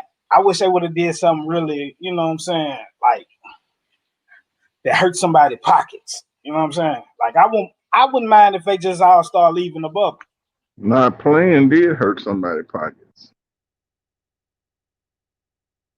Yeah, you got to think about it. They get paid from advertising, from people watching. If they ain't not playing, ain't nobody watching. I mean, but you acting like the game never gonna get played again. Like they gonna play the game again, so they gonna get that money back regardless. Well, that's not necessarily true, because all it takes is one example of a group that's willing to be the first ones to actually say, we will stand up, for our own people and not play, which enriches these other people. And people follow that method for, because motherfuckers don't like being the first one to step out and do some real shit. They always wait for another motherfucker to go out there, and then they come behind it. Yeah. So to get the first to get this shit started, that's a hell of a step. Yep. The Bucks was first. Now the Lakers and the Clippers talking about sitting out the whole season. There it is. I'm not even playing in the Fat Boy League. I'm boycotting that. You boycotting that? You boycotting everything basketball? Yeah, man. I'm fuck that shit. Yeah, I went in there and got my son's PlayStation and threw the PlayStation and the 2K out. Now, don't Ice Cube got a basketball league? Yeah, I ain't fucking with that either. Why? No, I'm just playing you, Jam.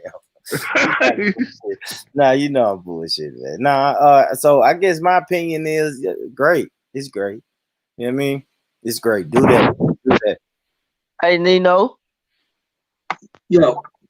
Hey, man, y'all better get out there and play, man. You know how much money I made off finding them jerseys and stuff for Marco and the print up for y'all, man. Y'all got that. If I got to come to y'all house, and y'all better get out there and play. Goddamn, it hurt my t-shirt sale.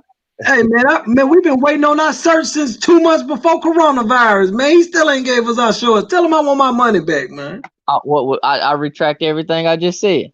And I will tell you what's really funny. I went to Murfreesboro for the black event they had, and this gal was making T-shirts with her label machine. And I was like, well, shit, how much you paying for your T-shirts? I got somebody who, got them T-shirts. She like, you talking about that guy in Nashville to be on Facebook? I said, well, it might be, because you never know. It could be somebody else. I said, they call him Antonio. She all like, yeah, No, that's him. That's some shit I can do. I said, boy, that nigga there got a hell of a reputation.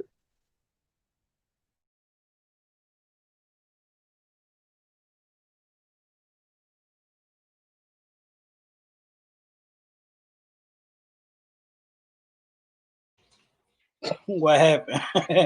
Damn. Did we just go out on his reputation like that? Say I got what? I got a bad attitude, man. Oh, okay, man. I thought it was your shirts or something, bro. But anyways, Hold on, man. Hold on. I got good quality, man. You know what I'm saying? You get what you pay for. I ain't the one saying it, bro. I just heard. No, she didn't complain about the quality of the shirt. Now, that wasn't her gripe at all. The price of nothing. That wasn't her gripe. He know who he is. Are you talking about your character, the person he played? Like he don't like black people. He on ruckus. My customer service sometimes is questionable.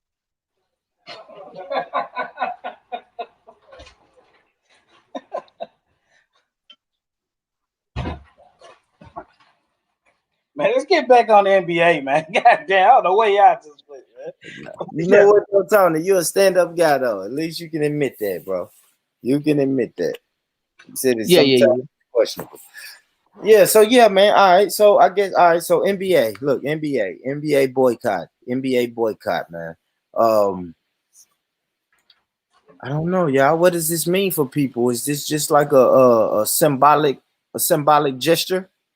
Yes. Was it something that we can build on? How can we build upon the NBA boycott? Anybody? Wait a minute. How can other people build upon it? Because us on this panel should already be out here doing something. Well, I know that people on this panel plays a role in the advancement of our people.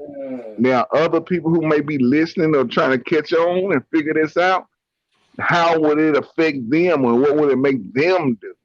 That's what we need to figure out. Okay, I like it. I like where you're going. Brother Eugene. So on that note, yes, it is. It does. It is gonna hit some people. It's gonna make them think, yeah, this is some bullshit. Like it's gonna, you know what? It's gonna make some people watch the video who never would have watched that video before. Even kids, right? Because you got kids right now that's fascinated with the NBA. And then when they go to their phone or their TV or their laptop to get their playoff fix and the games aren't playing, they're going to go and figure out why. Oh, okay, it's a protest. What are they protesting? Oh, they're protesting the murder of Jacob Blake. Oh, shit, how did he die? The police killed him. Shit, is it a video? Let's see the video. You see what I'm saying? So that is it's good propaganda to get the word out, to spread awareness. It spreads awareness. Really. That's what I was saying about it. That's a good point, though, because that's what I was saying about it earlier. I was saying that, like, you got to watch it. It's in your face. If it's right there to see, it's like when Emmett Till happened, if it was right there to see, you're going to watch it. But it's good for our young people to see it. It ain't just to be scared, because they already been scared. We were scared with no video. We didn't have videos like that in our days of people dying all the time. You heard about it, but you didn't have videos. But now they get to see it and see like this shit continually happen to us. They're gonna change, bro.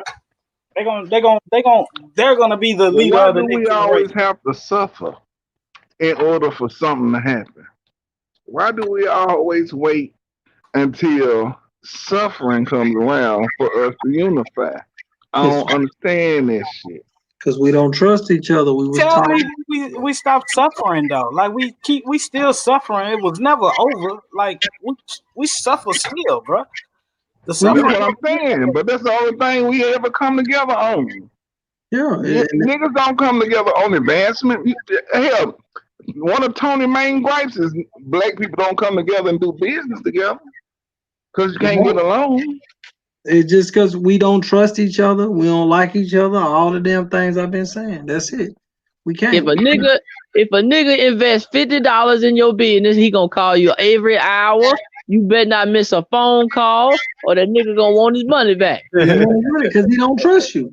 I remember when we was doing the whole group thing and everybody was talking about investment. The first thing I say is I ain't investing with you niggas. I don't know none of y'all. Not now one of y'all. And the whole fact is because emotionally they gonna do exactly what Tony talking about. They gonna call your ass every 5 minutes. They don't know how business work. They didn't read now book. They didn't listen when we was taking notes. They didn't do nothing. All they know is they invested some money. They want it back double.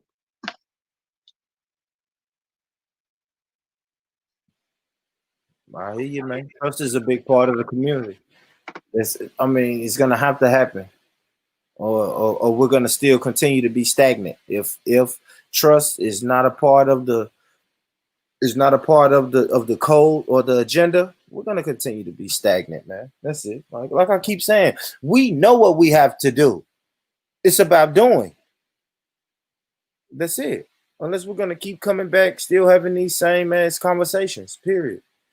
But don't get me wrong, I like the conversations. I love the conversations, man. Salute to everybody in the chat. Salute to the YouTube family. You know what I mean? Shit, find the Born Rich, man. Born Rich Boopy. Born Rich Boopy. You know what I mean? That's on Instagram. Find it. Check it out. Let's see, man. What do I have now? Nino, send me a video of the gun lockdown. Okay. Hey, I just sent you a text message. Yeah, I saw it. What is it? What? Break it down. Talk to me. Basically, you asked me to send you a video of somebody running. The video I just sent you was this guy. He died. This guy, he got killed by the police. I think a few months ago, and in the same place that old boy died at. Did he turn around or did he keep running? I want y'all to, if y'all not gonna see him get killed, you can cut it off before that part because I don't think he'd even show that, but it shows you him running. And I just want y'all to look at it and listen to the police. Listen to what the police say and pay attention. Again, I don't watch it for the deaths. I watch it for the education. So that's all. So if he play it, just watch it. You're not gonna see him die. I mean, it ain't gonna be, you know what I mean? Let me see.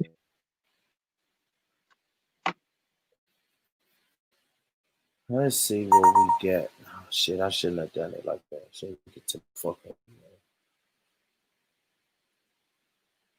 All right, hold on. You could cut it off at the 2 minute and 27 second mark if you want, because I lied. They do show them, but it's at the end. So at the 2 minute and 30 second mark, you can cut it off.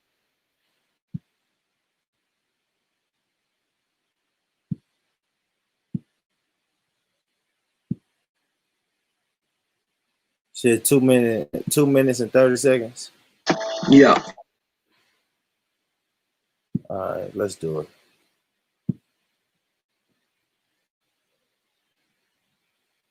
Hey,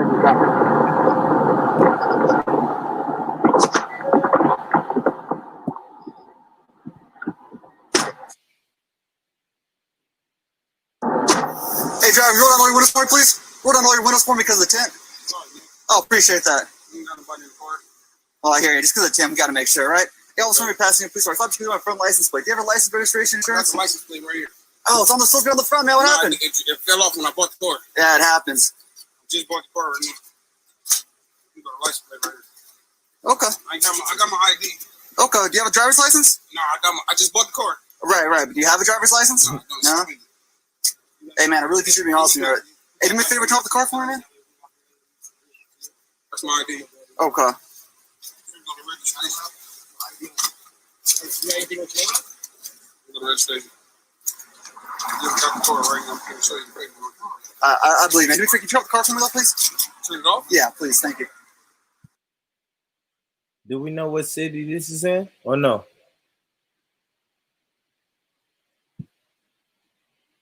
No, Nino, we don't know what city this is in.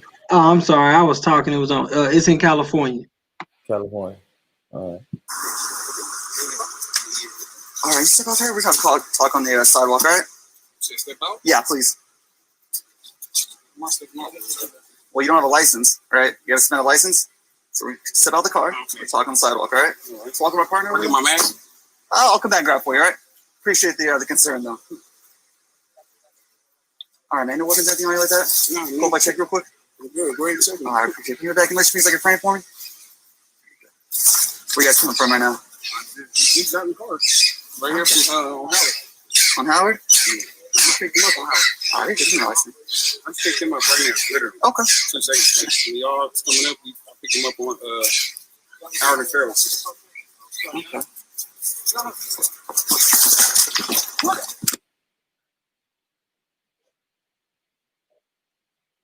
Nino, there's no reason to shoot him, man. Right?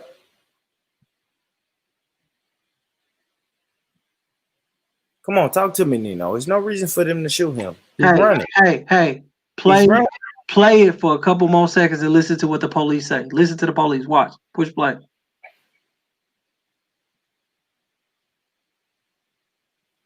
There's no way. There's no way they should shoot him. Push play. Stop right now? No. Keep going. Just play. Push play. Watch. Listen. Nah, they shooting at him, man. No, they're not shooting at him, bro. Listen, you're not even finna see him get shot right here. Push. But that was a shot. That was a gunshot, Nino. Okay, so bro, listen to what I'm telling you. Don't shoot. He's gonna keep running. He's not hit. Just push play. I want you to listen. See, what you're doing is, you know they're about to say something that proves the point that me and Tonio been making. It's not even about they're gonna say anything. Of course, okay. They already shot a shot, Nino. I don't care what your command is. After you shoot, fuck what see, you're doing exactly the reason why our kids keep dying. You being emotional, you ain't learning nothing. You can say emotional. You can use those words, emotional, whatever, bro. If you shoot a fucking shot at me, yes, I may turn around and look at you, but I'm not going to stop running. You shot a shot at me, especially if I'm unarmed. Don't tell me this guy right here was unarmed. Exactly what you're doing now is why we keep dying. You're making an assumption. Man, hell no. You're making an assumption. No, you're making an assumption. Another thing though, Nino, I don't like I said, I don't show black man being murdered on my channel. He's not finna get murdered. You're not finna see it get murdered. He's not hit right now. You're just being emotional, and that's why you don't learn nothing. You're being emotional. He's not hit. No, you can't shoot at me and say stop, bro. You wouldn't do that with me. He ain't. That's not the. Since you're not gonna play. I was already trying to get away. You shot a shot at me. I don't give a fuck what you say after that. I'm going to continue to run. Hey, do this. Rewind it to when he first got out of the car and watch his hands. Something you didn't pay attention to because you was too busy. He was trying to get the dope. He might have looked open as he was all right, man. He wasn't bothering nobody. I saw Who know that? Who know that? You know that? Or do the white man that you are given the opportunity to shoot you know?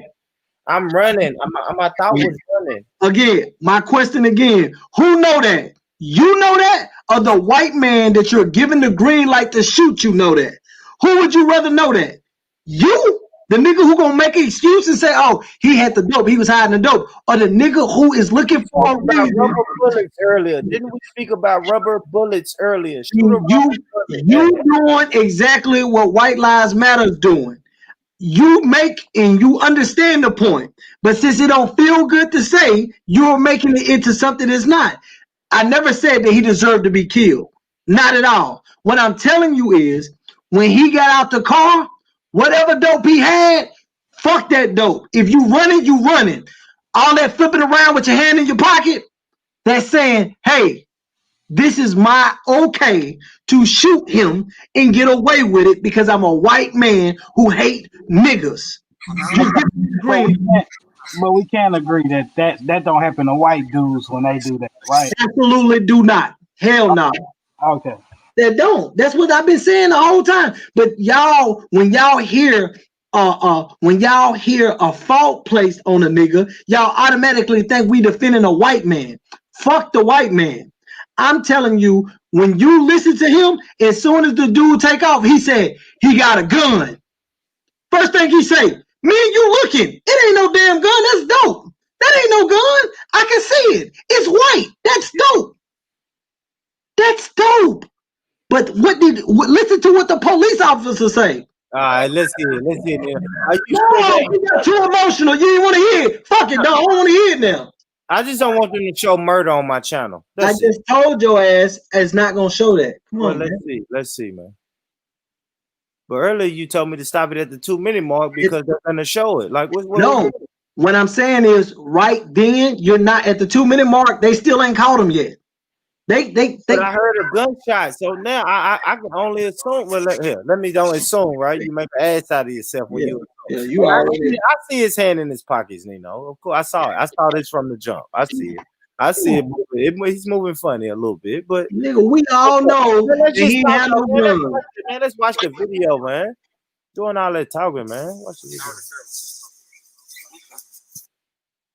Nah, that ain't no gun. We all know that ain't no damn gun. His damn pants too tight for it to be a gun. But listen to what the white man that you don't want to kill us because we don't have a gun. Listen to what he say. Fuck what Calvin's talking about. Let's listen to what the white man with the gun say. Yeah, it says Born Rich. Let's try to use Born Rich. Calvin been dead. Let's go.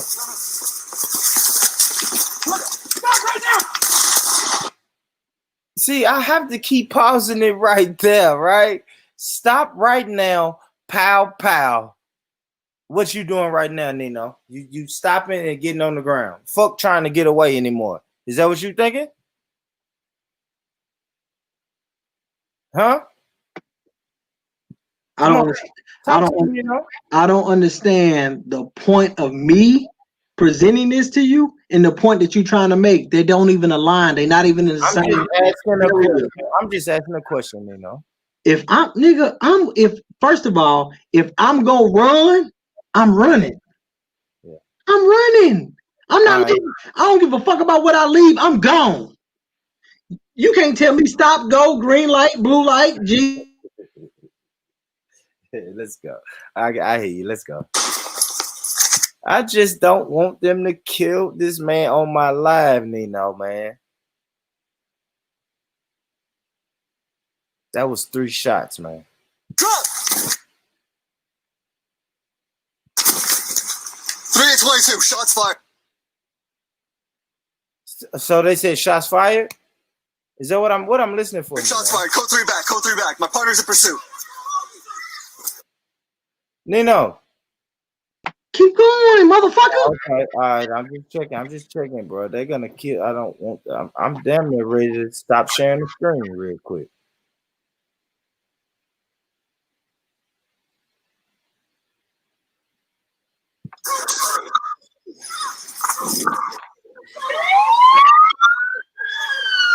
I think you done missed it now. You said what? I think you done skipped past it now. You done missed it. He basically all he says is suspect has a gun. We all know he don't got a gun. Again, what all of us are saying, the motherfuckers with the fucking common sense, what we all are saying is, no, the fucking police shouldn't be killing the motherfucker because you're being the judge and the executioner. Your perspective is shrewd, so you cannot be the judge and the executioner of what's right and what's wrong. Your right and wrong may be different from mine. What we're saying is, why we keep walking to the prison and knocking on the door and asking them to take us? Why are we getting out the car with all this shit, our hand in our pocket, and then we decide to run? No, bro. Before you even got out the car, you should have already had in your mind, whatever's in my pocket is in my pocket. They're going to get that when they catch me. Yeah. All that extra shit, that's asking them to shoot you. Sorry. It's not right, but you giving them the green light to do it. How can you say the laws are against us, but then you're vouching and saying, no, they shouldn't have killed him, Nino. He shouldn't have. No, Nino. No, fuck that, bro. Hold on, man. Niggas been tossing packs since forever, bro. Niggas dig in their pocket to toss their pack. Okay, so now my son that's sitting right here listening think it's okay to do that because you said it, because we've been doing it forever. Hold on. So you telling me just because he broke the law, he gotta get shot? Are you not? Are you fucking not? Y'all motherfuckers, what y'all weed man should be fired because he's frying y'all fucking They brain. not listening, Nino. Give it up. I'm good. Hold on. I'm good. Wait a minute, You just want to hold on. But no. A nigga know the shit is wrong, but just cause niggas do wrong shit don't mean they gotta die for doing wrong. Like if he was trying to kill somebody for real, then yeah, he deserved to be shot. But if he running away, nigga, he could be running for his life, nigga. He could be running and trying to dig his. He could be trying to run and call somebody. He trying to dig in his phone, dig in his pocket to get his phone to call somebody to meet him somewhere. Man, I don't believe that narrative y'all saying. His point is that there's a time and place for everything. There's certain shit when you're in a situation with the police that we shouldn't do because it gives them a green light and justification in court, maybe not in truth and what's right and wrong, but when they do their paperwork or they or have their statement, if you do certain things, they give them a green light. And he's saying we need to stop doing those things that give them green lights. When you see 5 police officers and they got a black man down on the ground, why would you ever need to pound a man's face in with your fist?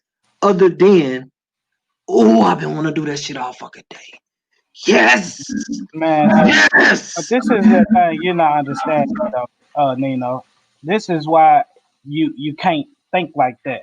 It's artistic and it's like slow kids running around here. You know what I'm saying? They big as shit and intimidating. They taller than these officers.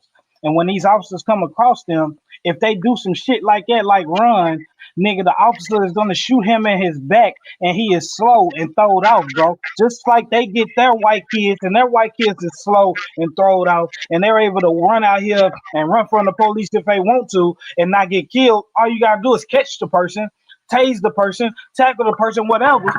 But they so busy. We so busy thinking about what a nigga can do right. We ain't thinking about the people who can't do right, bruh. The people who was on a drug or drunk at the time. You shouldn't get killed just because you got too drunk one night. Again, we agree with you.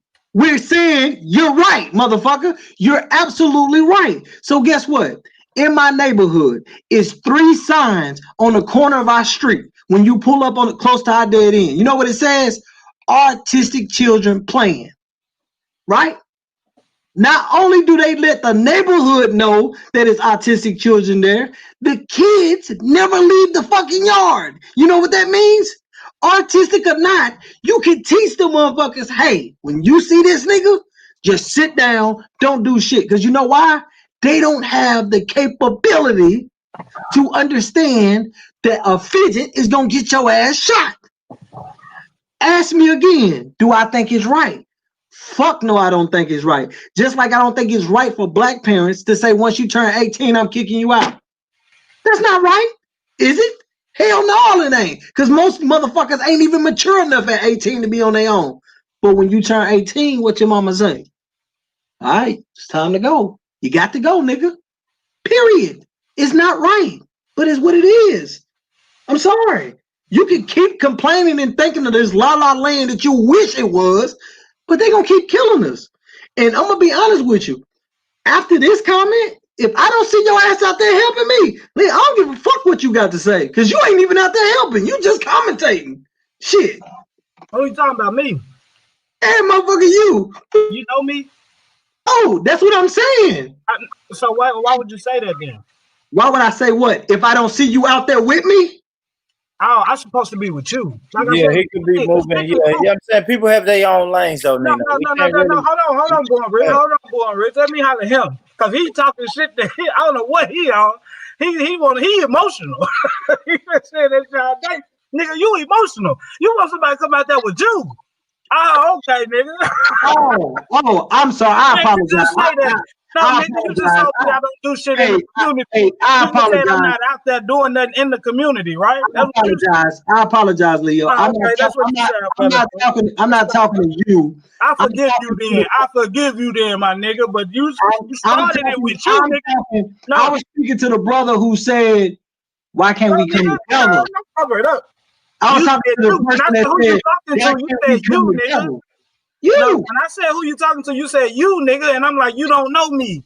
So yeah, you look better apologizing, bro, because you don't know me, bro. I'm just saying. You good, though, bro. We good. We all good because you apologize, but cover it up, bro.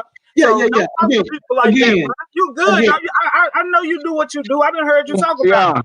But I ain't got to scream and shout it out that what I do, bro. You feel me? No, I'm definitely not screaming and shouting at you. I don't scream and shout at me. I said I'm not shouting out what I do. I don't have to rep my gang of what I do. You feel me? Just every time I talk, you ain't got to hear about what I do. You don't. But at the same time, the reason why I said I'm talking to you, nigga, just like I'm talking, because Tony, nigga, Eugene, nigga, Rich, nigga, I done seen them. I done did stuff. The only person I haven't is you. So when you say we got to do that, why can't we come together as a community? Nigga, I'm extending the olive branch. You, nigga, I'm talking to you. The nigga who 10 minutes ago said, why can't we do nothing together? That ain't what I said. Are you the problem? Because you sound like the nigga who want to do it by himself. Are you the problem? All right, then. That's what I said. That ain't what I said. You sound emotional. You sound emotional. But go ahead. Yeah, you sound emotional. That ain't what I said, bro. All right, let's get to some comments. Hey, family, feel free to leave your comments, man. We out here, man. Yeah, hear me. We out here, man. Good conversation, man. Salute Nino, Eugene, brother Tony, brother Leo. Okay, Black Peace done dipped out on us. But Cola E the Great has a good comment. They are killing innocent people. I think there's mentality, but I got you. So listen, it's that Metro Public Schools education. We ain't gonna trip on that. Their mentality about blacks has to change. Period. They're over policing blacks. Period. It ain't gonna happen. And we must address this issue about over policing. We have, and it ain't gonna change. You want to know why?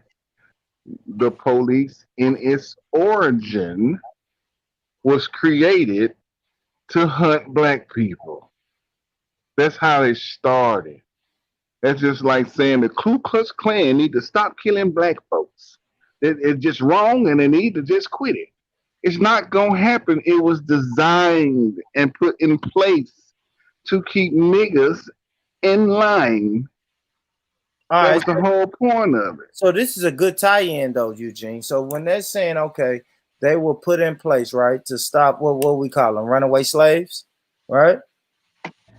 Runaways, disorderly. Yes, whatever you want to call it. Absolutely. So let's just use the example of runaway, right? So what the brother's been saying on the panel today is, hey, if you're a runaway slave, you can run away, but just don't turn back and look. Now, if you're a runaway slave and you turn back and look and they shoot you in the fucking head, you shouldn't have turned around and looked back. You should have because they use natural human nature against you. They were going to kill you anyway. Right, exactly. But they justify it. If we break it down to this whole conversation, circle back around to the runaway slave narrative, they was going to shoot you in your fucking back regardless, whether you turn and look back at them, whether you keep your hands in your pocket, whether you just running, breathing. They was going to shoot you in the fucking back anyway because this what this fucking system was built upon. You know what's so funny, Eugene? In that clip, because I told them to play 2 minutes and 30 seconds, right? The 2 minutes and 30 seconds, they haven't even caught him yet, right? What's so ironic about what he's saying about they gonna shoot you anyway? What I'm trying to say is the dude who sat down, he not dead, is he? He ain't get killed, right? Because he never gave them a green light for them to kill him. The nigga who ran, they ran past the drugs he had in his pocket. It's on the screen right in front of you. It dropped out of his pocket right in front of us. They ran past it. They knew it was drugs. But do they care? No, you gave me the okay. This is fun now. System. So you're saying don't run. So you're saying, listen. Back in the day when you was a runaway slave, soon as you left that property, you gave them the green light. So you're saying, hey, listen, be docile. Don't give them the green light, and they won't kill you. And then when they die, you got people like Tony come on the panel. You got people like Tony come on the panel and say, fuck them. Fuck that runaway slave. You saying don't go to jail. You saying don't go to jail for that ounce of weed and only do $1,000 fine and do 2 days in jail. You saying run and get killed, nigga. That's the best thing to do. Runaway slave is a runaway slave, man. Get the fuck out of here. That's he wants you to conform, bro. Yeah, man, like ain't none of that comply or die. Ain't no comply down here, man. We out of that shit, man. We gonna keep watching videos, doing shows if we keep complying and dying. Y'all real tough. No, Nino. It's videos out there that show them say, "Hey, raise your hands up. Now pull your shirt up. Now check pull your pockets out your like that's commanding you to do the shit that they want to shoot you for. You feel me? Like, what are you talking about? You acting like, nigga, you got a choice sometimes. Some of these people don't have a choice. That's why it's like, why are you looking for a reason to blame him when the other act was just shouldn't have happened in the first place, bro? That's all we saying. Like, nigga, he ran because he ran from slavery. He ran because he ran from getting put in jail. Like, he ran. You don't know what type of charges that man had on him or warrants or what he gonna get put away for 5 to 10 years. Shit, nigga, run. Hey, in my life, I've been to jail 24 times. You know how many times when I went to jail, you know how many times I bonded out or had somebody else bond me out or made a collect call? You know how many times I did that? Never. You know why? Because when I did what I did, I accepted my charge when I did it, right? Do you know how many times I done told a police officer to his face to suck my dick? Do you know how many times I done told the police, hey, bro, you gonna walk to the car, you gonna start back over, you're not gonna talk to me like that. Bro, you taking me saying have accountability for ways to teach our youth. You can't teach niggas accountability. You can't, long as niggas ain't got self-accountability, they can complain. You're right. You wasting your breath. Logic. You're right. Common sense, cognitive reasoning, self-accountability. You can't teach a nigga that. You're right. And that's why a nigga can't complain. If you teach a nigga how to do self-accountability, actions is results of ideas, then a nigga can't complain. Long as a nigga got that victim mentality, a nigga got something to complain about. Don't fix a nigga problem. You're right. And when you think about it, the people who on one end of the spectrum who are talking like using lighters and the people who are not, I can guarantee you're going to see progression on one side and progression not on the other side. Because at the end of the day, you can't be a fucking logical thinker saying, hey, you're blaming him for running. What? Yeah, but you are. What? But you are. You said don't run. No, you said don't run. Hey, don't run, man. No, I'm saying, hey, yo, son, if you run, keep your head down like Walter Scott and force them to commit a crime. And I almost called your ass a name because you irritated me. Be a martyr. Be a martyr. Ain't nothing wrong with that. Be a martyr. Hey, son, this is how I want you to die. Face down, just be a martyr. I hear you, man. That's just not the way I get down. Wait a minute.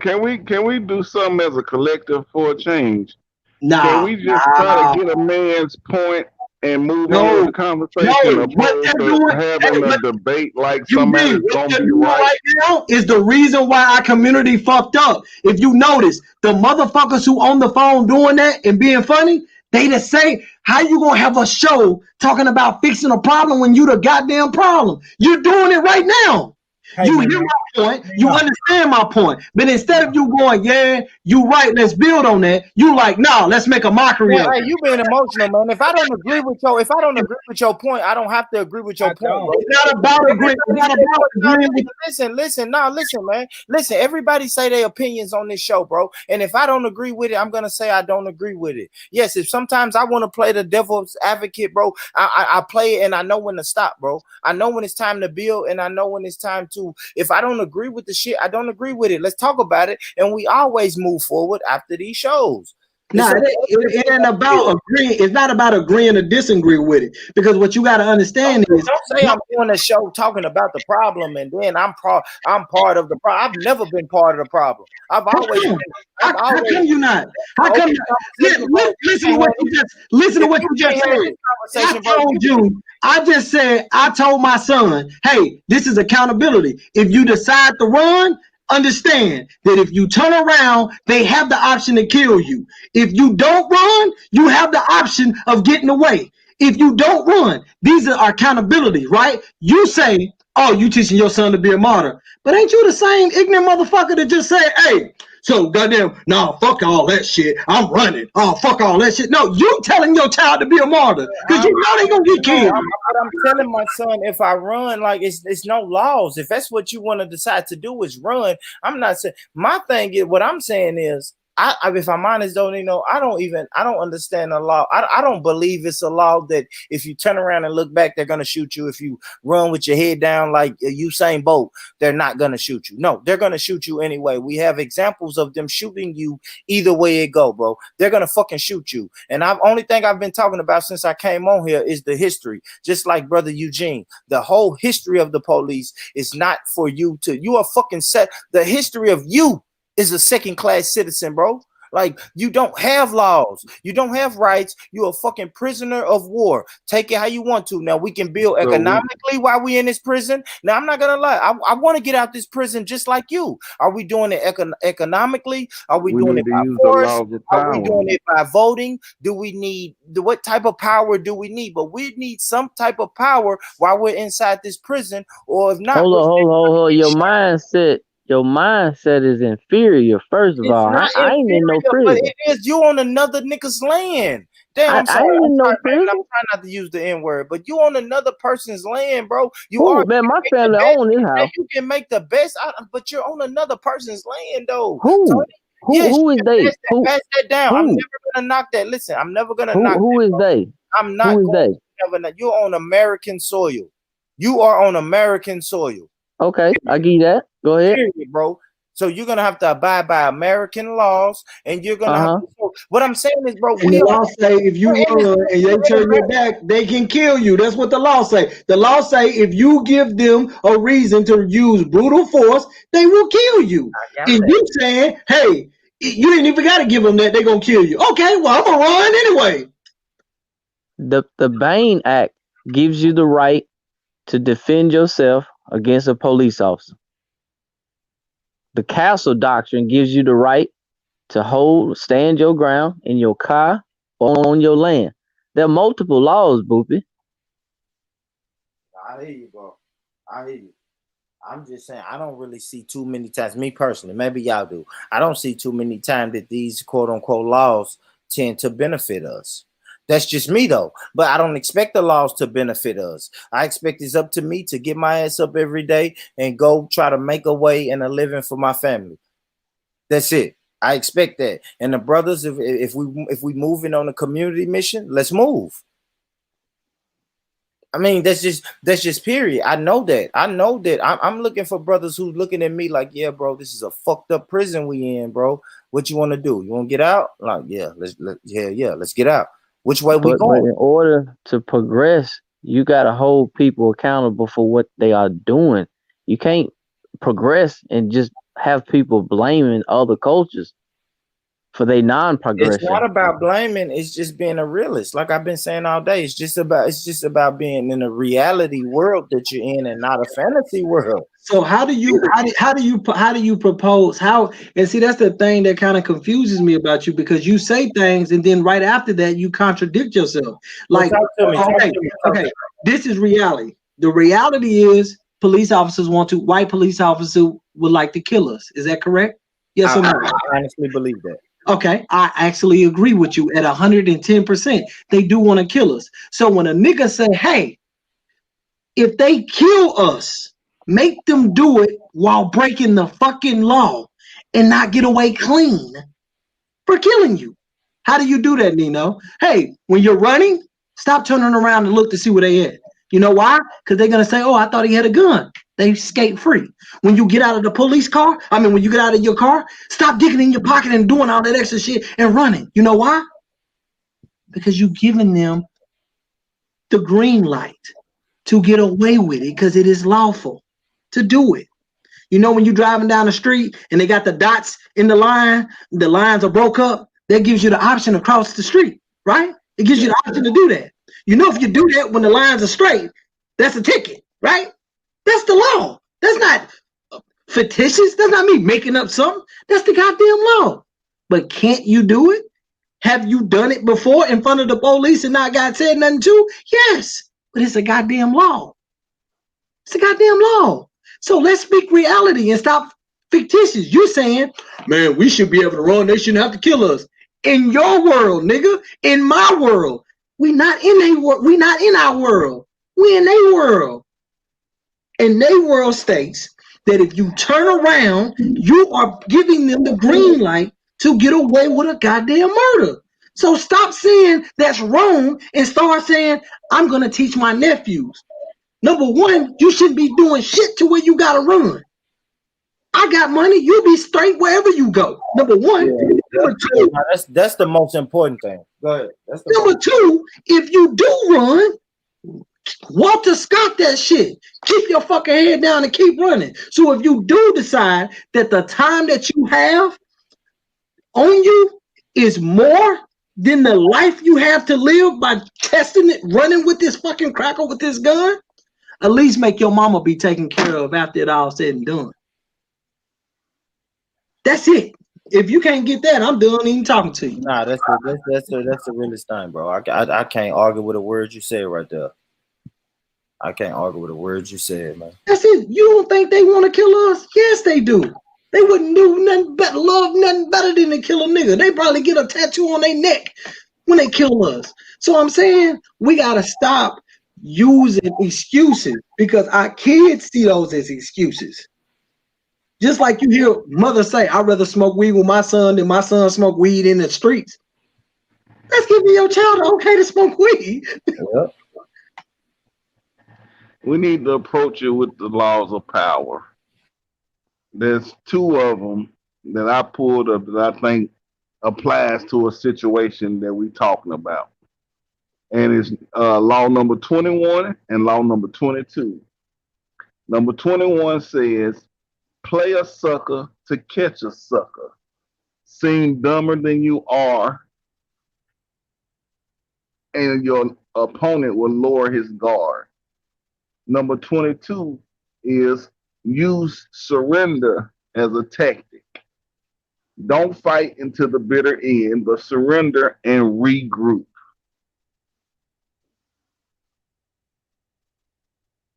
We don't always have to argue with them. We don't always have to try to outsmart them. Play dumb. And if they say, well, I pulled you over for speeding, okay, well, that's what it is. Hell, I ain't finna argue with you. I'm not finna have no conversation with them. Let them do their little routine and get the fuck on.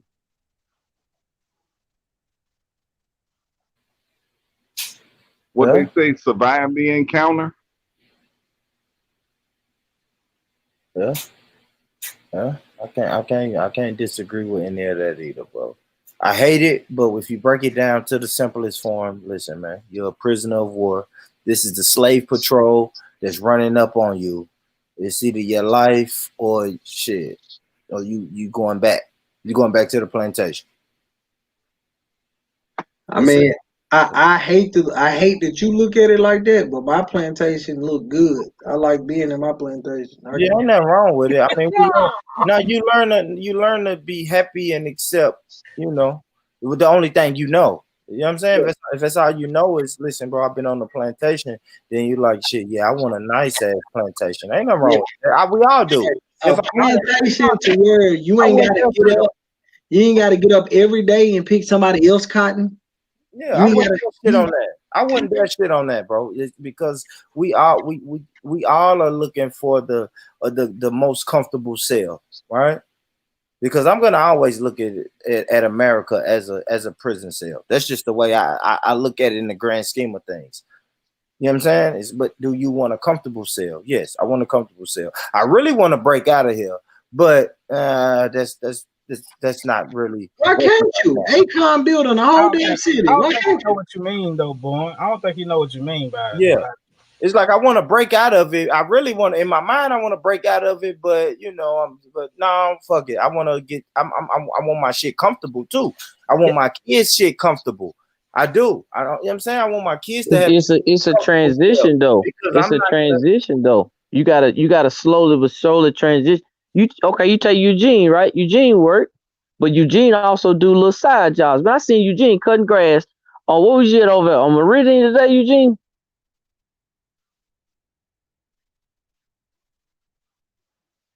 Is he still in? Yeah, he went out, but he came back in. So I brought him back in. Yeah, it's a transition, man. It's a transition, slowly but surely. Yeah, I'm all for that, and I tell everybody, man, look, man, let a 9 to 5 be your stepping stone. That's it. Let it be your stepping stone. Because I can say for me, it's to go get a bag.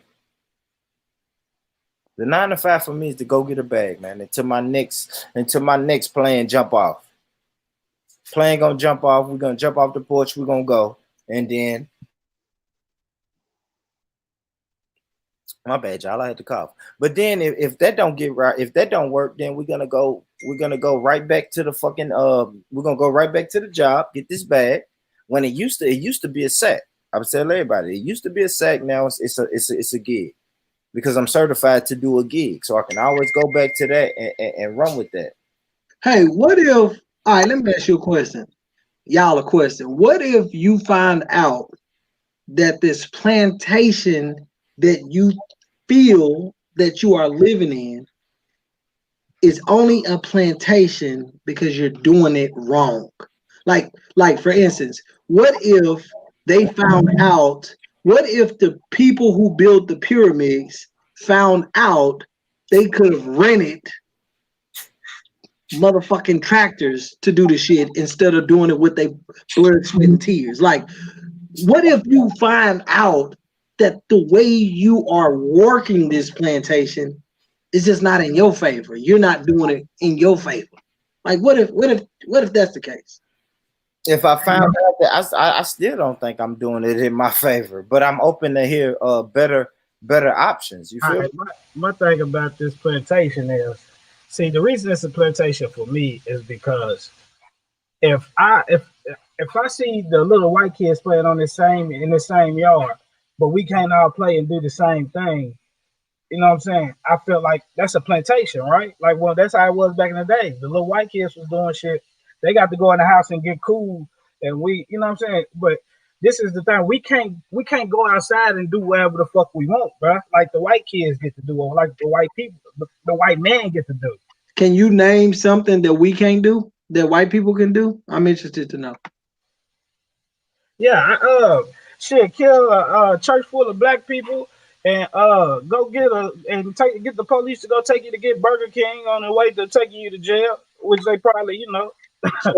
So out of 4.4 billion trillion people in the world, that's the one thing that means that we could do that white people could do that. Nah, it was really a joke, bro. It wasn't no, I mean, I'm really want to know because it sounds like.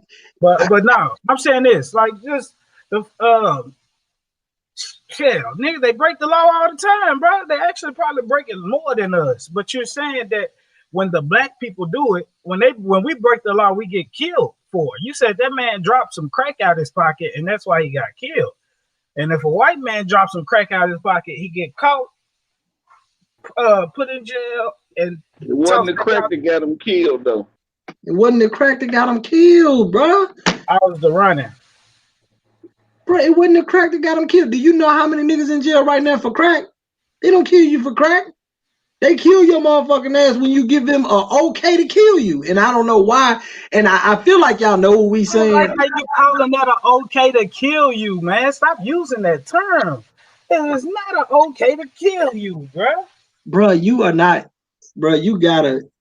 Well, they make it legal to kill you. Is that better? Yeah. Is that better? Is that better? I'm saying the same thing. It's not even legal. Like, don't say it's legal. They know that was. How is it not legal? They getting off doing They it. getting off because If they want using the them to get law off. They just to letting get them off. off. What do you mean? They're not getting off because of a point they making in the law. They're getting off Law because ain't they wanted them emotional, to get bro. off anyways. Law, they justify people getting killed. Like I said earlier, they had the Casual Killing Act, which was a law that justified them killing black folk.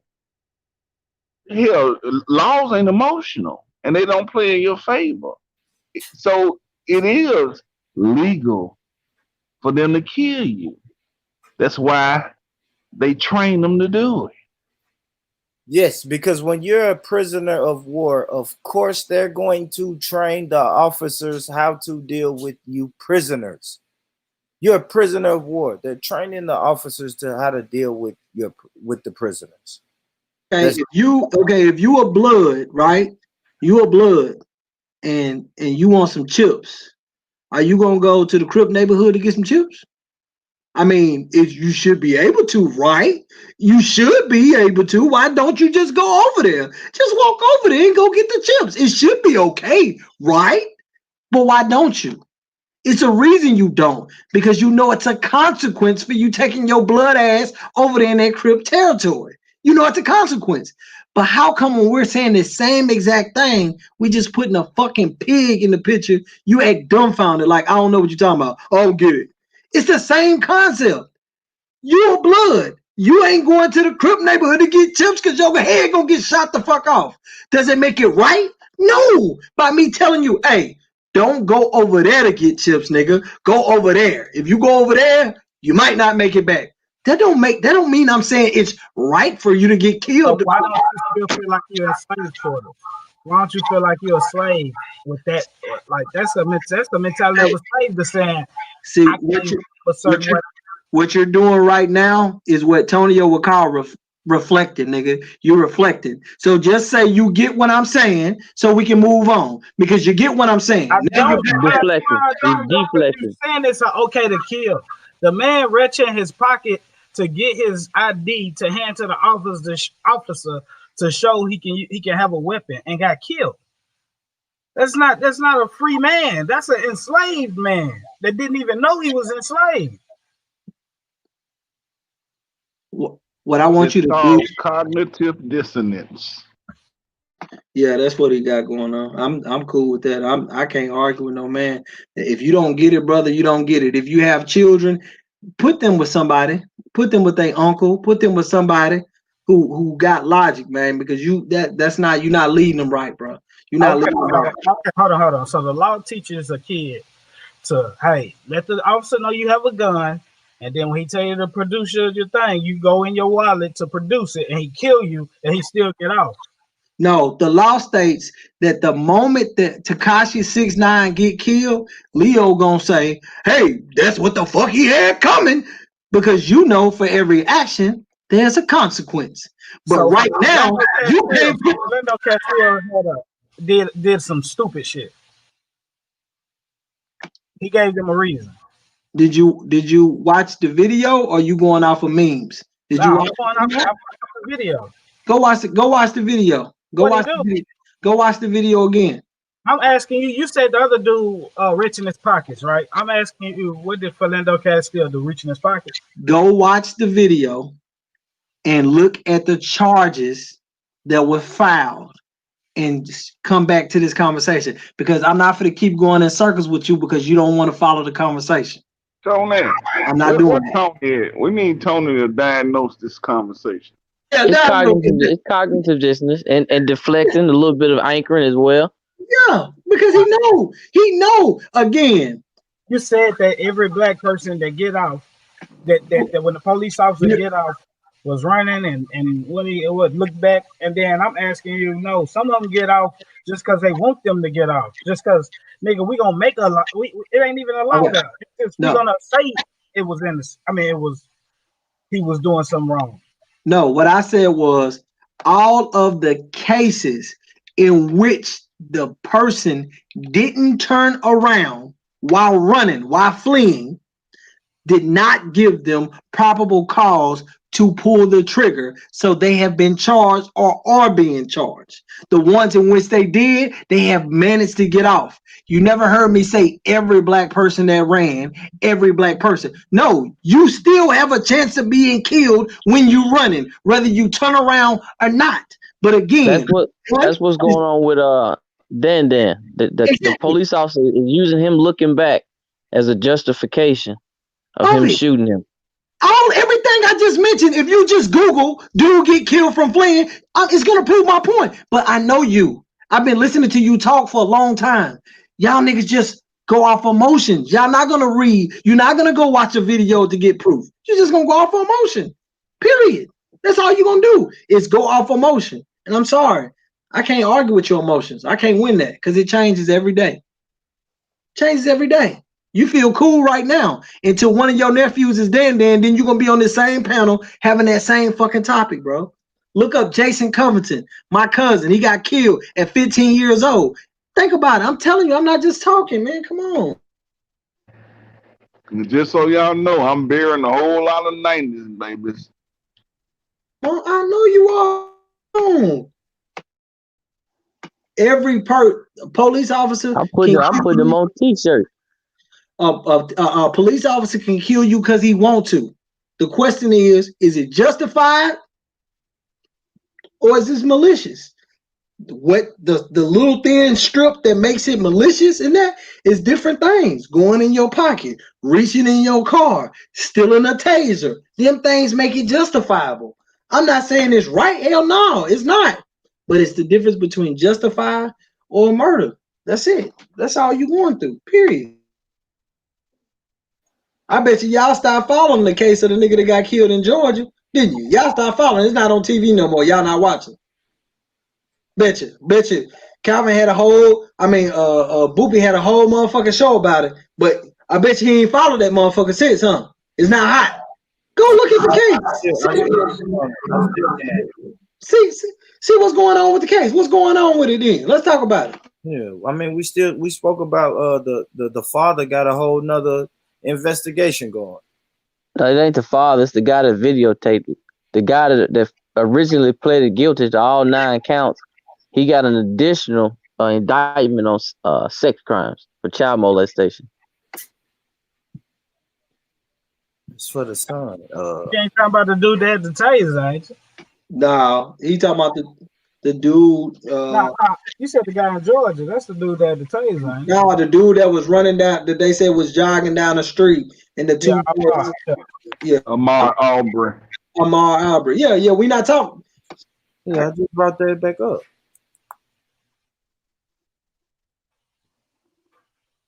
I don't know. I talk about it, bro. It's still, I mean, it's still fresh on my mind. But you know, everybody else is. You right. You don't hear none of the people really on TV talking about that at all. That's why I feel like they gonna get out. Why would the people keep the shit going? So they can get out. That's what I'm saying. They don't talk about it so they can go ahead and sneak it up under the rug. It's because we allow them to dictate what we talk about, who we talk about, when we talk about it, what we say when we talk about it, how we justify the shit, how we go against the shit, because we allow them to dictate every goddamn thing we do and say. That's fact. The fucking problem. That's a fact. I believe that too. The only reason we talk about it because they brought it up. And how many damn niggas we know? Just like Nino just came up with his cousin who got murdered. You know, hell, why don't we make those stories big on our own? Why we wait for these motherfuckers to tell us which stories to get emotional about? That's bullshit. Because you can't do that. Because if you start bringing up these niggas that's killing other niggas, it's gonna be a problem. Because that's snitching, bro. Duh. How you gonna do that? Not like when they come up. I like how you like to hit niggas and let them know that the code don't apply to all people. If you're a street nigga and you doing street shit and you get caught, keep your mouth shut because that defines snitch and snitching. But if you a 9 to 5 worker and you see some shit go on, that's a different thing. They don't live by the code. So motherfuckers just gotta know when it applies, when it's worth even bringing up. Cause niggas, man, they just have so many different mixed emotions about any and everything that go on. Motherfuckers say it's okay for a man to shoot a woman. I'm like, God damn. Or she snitching by bringing it up. I mean, like, what are we supposed to allow and not allow to happen to us? And see, you got to think about it. You got to ask yourself, how divisive and why are we so confused about no snitching? How is that a conversation? How is that confused? How is that hard to understand? If my mama sees somebody breaking into a house, why can't she call the police? Yeah. When you get there, when you get to your mama house and you realize my mom was sitting on the porch, your ass is gonna ask why my mama didn't say nothing. But since it's not you, it's snitching for my mama to say something. So you telling me if I sell dope and I see another nigga kill another nigga, I can't tell the police that nigga killed that nigga? Oh, I'm snitching? Are we street niggas? I just said I sell dope. I sell dope. Is the nigga that got killed, is he a street nigga? That's everybody was street niggas, quote unquote. Hey, again, this goes back to your point. The difference between right and what it is. To me, you shouldn't be doing, you play dumb games, you get dumb rewards. So if you out there doing street shit, all your rewards gonna be dumb. So if you get killed, and the rule is no snitching. That's what you signed up for. Hey, you know what? I ain't gonna lie. That's what's so fucked up about the black community, bro. Cause guess why? That's no snitching thing go all the way to pedophiles, nigga. Like it's a no snitching with pedophiles, and that's why uncle's been touching the nieces forever, bro. Cause it's always a no snitching. Like stop with the no snitching shit. Niggas need to get told on when they doing fucked up shit. No, I understand. If I'm just feeding my family, I'm in the hood. I live in the hood. I know everybody around the hood, and we all cool, whatever. But if fucking Charles killed my homeboy Cuddy, or you know what I'm saying, or my homeboy Cuddy killed my homeboy Charles, nigga, he need to go to jail. I don't want to kill that nigga because I love the nigga because we been cool, but he need to go to jail, bro. Like, what are we talking about? We letting niggas sit out here who are monsters. If he killed that nigga, guess what? He might kill you one day. You tripping. We out here just making money selling dope. That ain't got nothing to do with niggas out here doing some whole other fuck shit, bro. So it ain't no snitching just because you a thug or you a street nigga. Bro, we got to get that shit fixed. That's fucked up. The street code protects people who destroy our people. Say that again. Say that again, Eugene. The street code glorifies and protects the people who destroy our community. Give me an example of some people who will be. What would that be? Just think of the people that we really. Okay, just look. What do you think of when I even say the streets? Does anything positive come to mind when I say that? Anything? No, I ain't gonna lie. If I'm honest, hell no. Nothing. When I say I'm a thug nigga, or I'm a nigga, you can use that. Can you give me something positive that comes from that? But we take it on and we make it right. And we make it mean or claim or think we making something mean something else when the vibration is the fucking same. That's the goddamn problem. We too busy keeping the people who destroy us protected.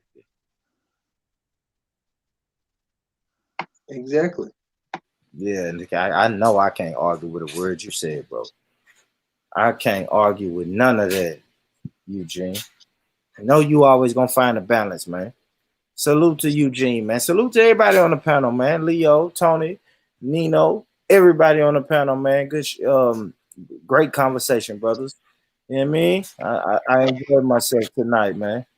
This is what we do this for, man. For the platform to come out and show the people.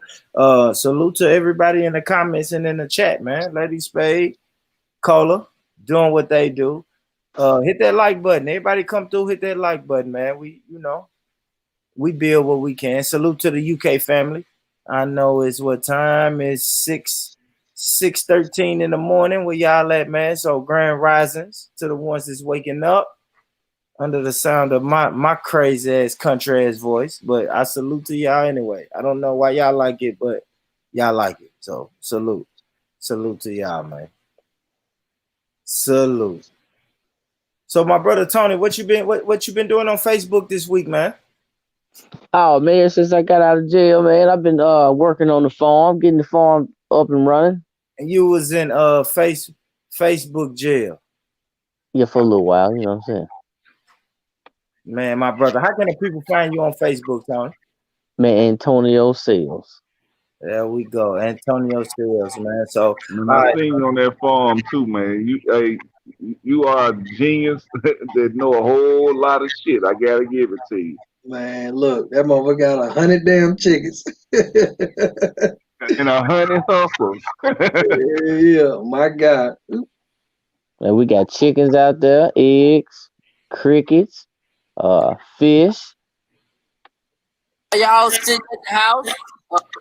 All right, Tony. So, all right, let's get into this segment, man, before we get out of here, man. So, y'all know what this segment is, man. Who in the fuck did Tony piss off this week on Facebook? So, let's get into it, man. Y'all know, man, this is where we pull up my brother Tony Facebook. Wow, great follow on Facebook, man. How they find you again on Facebook, Tony? Antonio Sales. Antonio Sales, man. Y'all make sure y'all follow this brother, man. Great follow on Facebook, man. Whenever I click that blue button, he's right there at the top of my algorithms. And it's my brother. Harsh, but fair. Let's get it, man. Let's get it. Let me share my screen, man. We'll go through a couple of these, man, and we'll break these down, man. Then we'll get our ass up out of here. Let's see. Where we at? Where they at, though? Let's go. First one, Tony. What is this? Can you see the screen, Tony?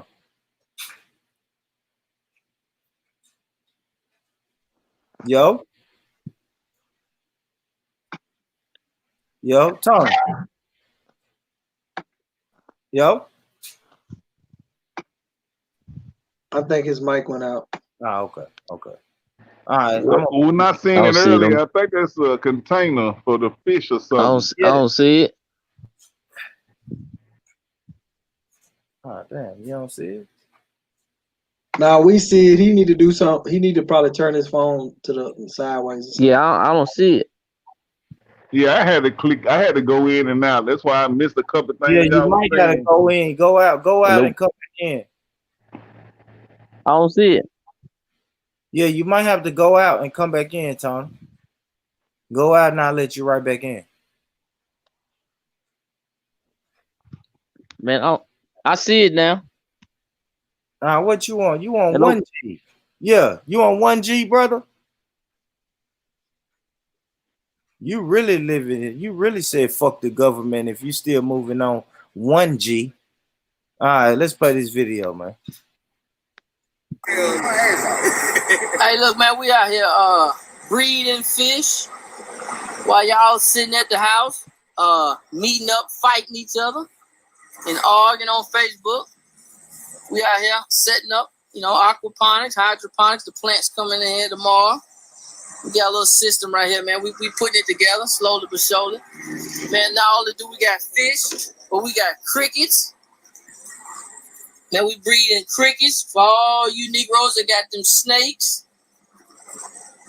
Big fish, all the kind of reptile, man. It's about 1,000 little crickets in here. Word. I keep telling y'all, man, y'all always talking about self-efficiency. Y'all, the most chickens y'all niggas ever seen in life was at Church's Chicken. A lot of you niggas ain't never seen these. This is what I got, Tony. Tony. Talk to him, bro. I can say, bro.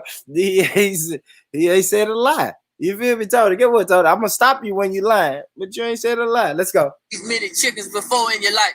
Your parents ain't never raised you on no farm. The only animal some of you niggas ever seen in life was a dog. Y'all need to get out the house. Tony. So tell me, Tony, what was the motivation behind that, man? Ah, damn, Tony ain't even on the. I gotta let him back in. My bad, Tony. Yeah, I'm here. Yeah, we just watched the video with the crickets and the chickens. And what was your motivation behind making that video, man? Oh man, niggas talk all that black power shit and all that fuck the government shit. Niggas can't even grow a tomato.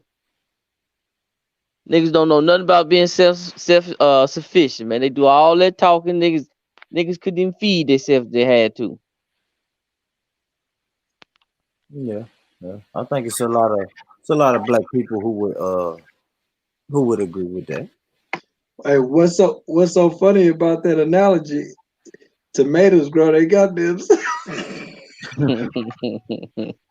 That's exactly what I was thinking. Motherfucker, they're a genius, boy.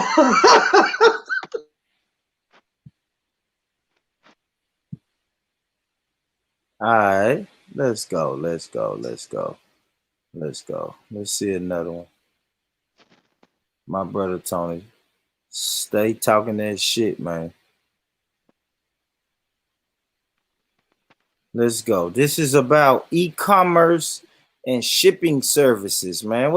What you trying to teach the people about e-commerce and damn, what I just say? E-commerce and shipping services. Tony. Man, if you not thinking mental with your business, it's gonna fail. Niggas is more worried about physically making money than mentally making money. What do you mean by mentally making money? E-commerce, Nino always talking about forex trading, day trading, drop shipping, affiliate marketing. You don't really have to physically be there to make money. Intellectual property. I charge people $500 for my vendors list. That's a good hustle. All right, let's go. Let's do it. Let's listen to Brother Tony. Like I said, man, this little segment, man, I'm gonna work on it. It's a little rusty, but we're gonna get this segment right, man. Who the fuck Tony done pissed off on Facebook this week? Yeah, it's long. Let's get it, Tony.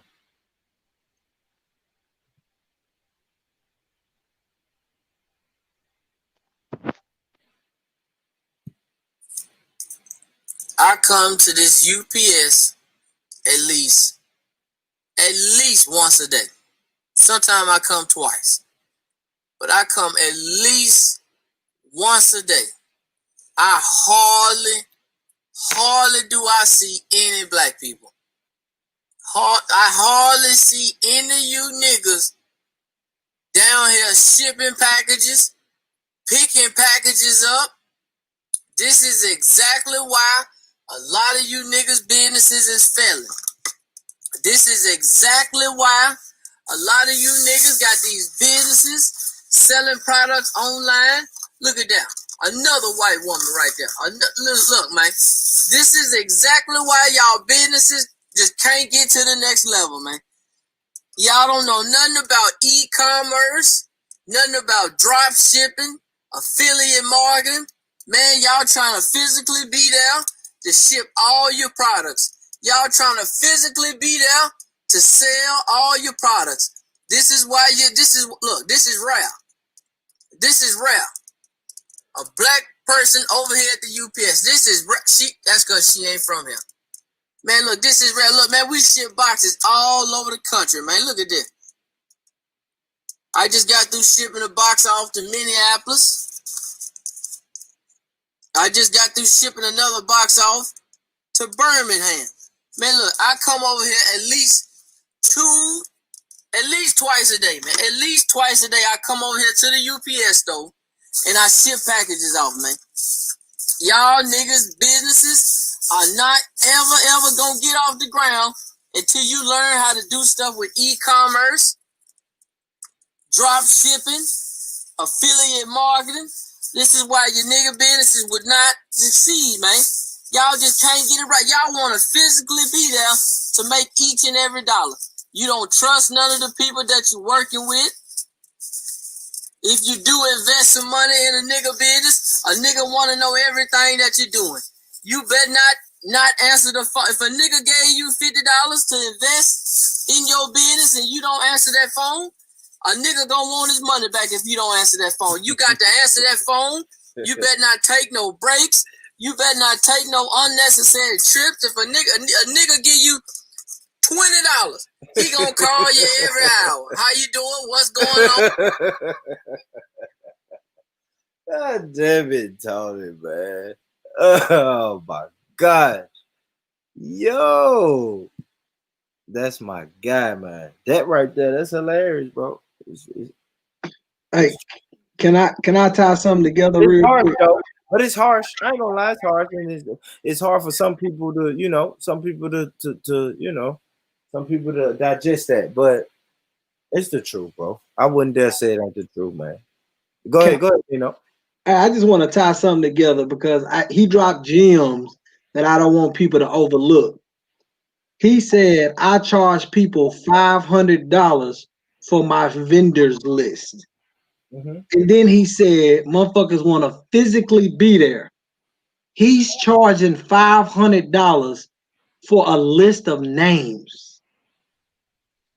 It's called trade secrets. What's the nigga that's getting indicted? He made his fortune off intellectual properties. In intellectual properties, you got copyrights, patents, trademarks, and trade secrets. Yeah. Listen to what he said. I'm charging $500 for a list. Yes. He didn't say I'm going to work for 8 hours to get $500. He said for a list. My guy. It's my guy there. Yeah. Absolutely.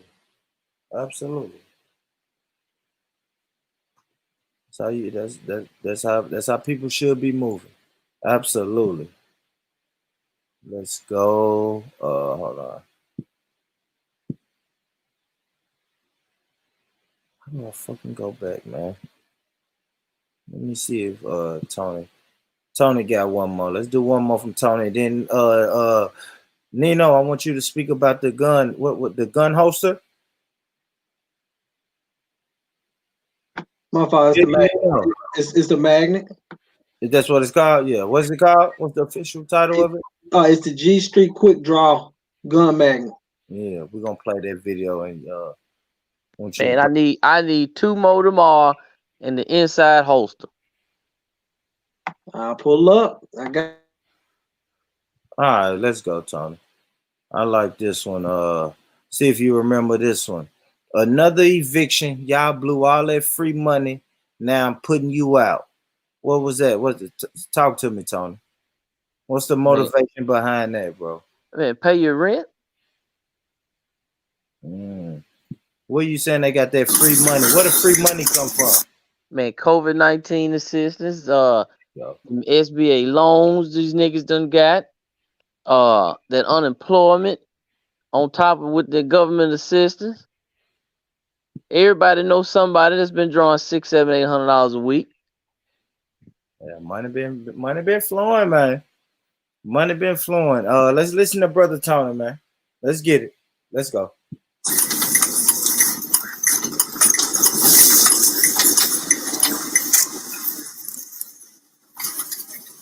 Man, we on the way to another eviction.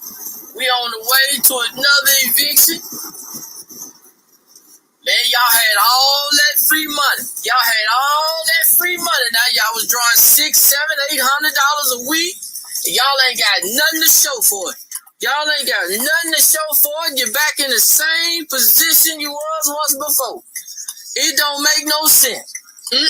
Look at you. Look at you back. You're back working on somebody else's clock. You back working for somebody else. You had all that time, all that free money coming in every week. Every week you had all that free money coming in. You didn't do nothing with it. What you do? You went out of town. You was eating them seafood boil bags every other day, ordering out every other day, smoking that good weed, buying shoes, clothes, buying cars. You wasn't buying nothing to start another business with, man. You wasn't starting no businesses, coming up with no ideas, putting forth nothing to keep you from having to go do what you got to go do now. Look at you, man. It don't make no goddamn sense. Some of y'all should feel ashamed of yourself, man. We on the second eviction of the day. Now, goddamn it, look. I'm the nigga that they call when you won't leave. I'm the nigga that they call when you don't want to leave. I'm going to get you up out of there. I am going to get you up out of there. I don't care who he is or what's going on. If they call me, I'm throwing your shit up out of there. I'm throwing your shit on the street. Look, y'all had all that free money, man. Y'all had all the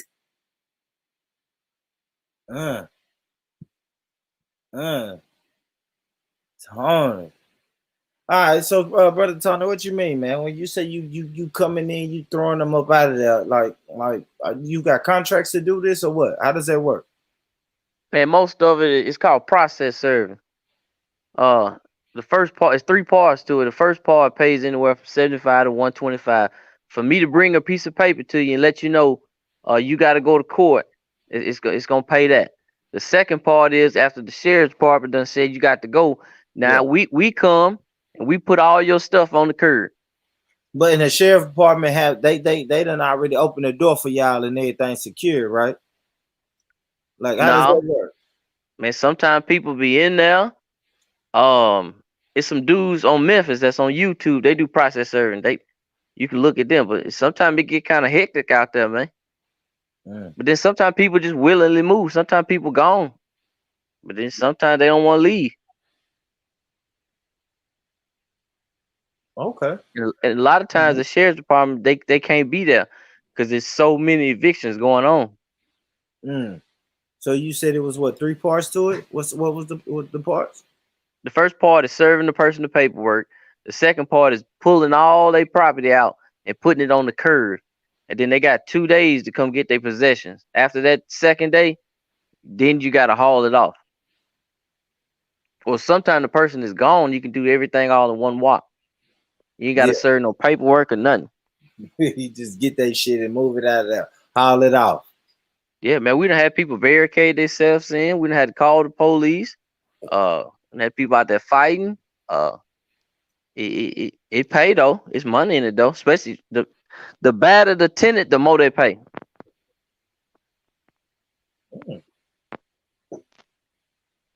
And these are mostly government owned or state owned facilities. No, it's private. It's all mostly private landlords. Oh, okay. Yeah, okay. Private landlord. Anybody can do it though. Anybody can do it. You don't even need no truck. You just gotta have a little bit of heart and willingness to know the situation you finna go into. No, I like that, man. I like that, man. Salute to you, brother Tony, man. Salute to you, man. Salute. Let me find this other video. Let's see.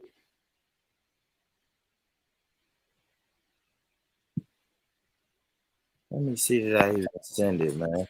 So this is the video of the magnet, Nino. Man, break it down, man. Tell the people a little bit about the product you have, man, the magnet. I guess the video that you're about to see is a new product line that I'm pushing is a G Street, which stands for Grind Street. Grind Street Quick Draw handgun magnet. It's a phenomenal concept with a twist. The gun magnet, for those who don't know, is a magnet that holds up to 25 pounds, which is is way less than your typical firearm, even when loaded. This right here holds, not only does it hold your piece, but it also gives you the option to engage your piece in case of danger, in case you need to air some shit out. So, support the brand. I'll shoot the website because I am an e-commerce man myself. So I will shoot the website out for you guys to go and check it out. Purchase also with Inside Hosters. The G Steep brand is going to be a premier always everyday carry company where we're going to sell products that you use for everyday use, like gun magnets, gun holsters, military grade knives, the whole nine.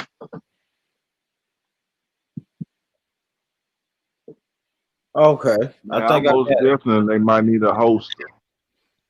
Hey, I got the EDUs on deck, the everyday use items. So just let me know. I got I'm right most here. definitely get with you soon. So Nino, is this on the screen? The video on the screen, right? I can't see. I got it full screen. Yes, sir. All right, let's go. Let's go. Most people have their gun there or under the seat, right? So whenever they get into a wreck or a chase, they lose their gun. Well, mine can sit here, right up under the dash, ready for me to grab. And if there's ever an issue, I can cock it straight from there. Feel me? It's a bad motherfucker right there, boy. Yeah, it is, Nino. I like that. Motherfucker get you up off motherfucker quick. Sometimes, pop, back up. Sometimes all I gotta do is hit that click, click, and they like, okay, okay, I no longer want it. You can have it. Man, I like that. I like that, brother. So, we've been going to the games on Sundays. If y'all want to get together sometime. Hold on, say that again, Eugene. I didn't hear that. Yeah, me and Hamid been going to the range on Sundays. I'm down. I'll be there. Yeah, I'll make sure I make a few events for us to go and get together and just, keep our skills up. I like it. I like it. Hey, which one y'all go to? Yeah, we've been going to the one in well, we started with the one in Murfreesboro, because that's where JC took us. And then we tried that one, what is it, Bellevue, but we had a little racist incident up in that motherfucker, so well, we got a free return back to it, but we ain't going, fuck them. And then the last one we've been going to, the one in Hendersonville. I got one that's outside. It's an outside location on a private location owned by a black man, and you don't have to pay, but you donate to use it. Oh damn, that's cool. Is that what you was about to say, Tony? No, I was talking about the one over there by 100 Oaks. No.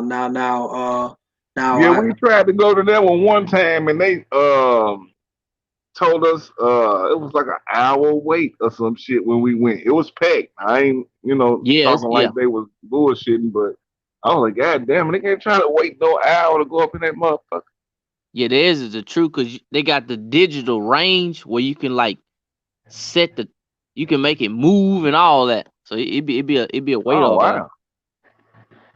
Wow. That do sound different. I ain't got to one where they doing the moving and shit. I went to a simulation where you got an actual firearm, but it's connected to a monitor. Have y'all ever did that before? Man, no, that sound interesting. Man, I took Queens, man, on a date to there, man, and I got it off Groupon. And the gun is a real gun. They just took all the mechanism out of it and connected it to a range. It's like playing duck hunt on a big screen with real people. I mean, like with virtual people. It's cool though. Yeah, I love to do some shit like that. Hey, they had the SWAT team like doing a drill like next to us. Man, they were so loud. It was like 50 of them. They like, get down on the ground, get down. I was like, man, dang, this shit. That's loud as hell. I was like, I'm having flashbacks. I'm about to get up.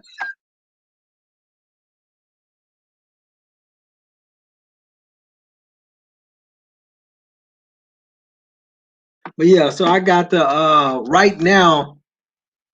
I got the concealed and the open carry. Right now I got the concealed holsters, and then I got the open carry holsters that'll be on the way. Well, I got the open carry license, but I like the concealed holster anyway. Yeah, me too. All right, so let me play this video. I'm gonna play the video one more time, Nino. Yeah, man. Let's show the product one more again. And then, I want you to tell me how the people can find it. Let's do it. Dope product, family. Support, support, support, support. Dope product alert. Let's go.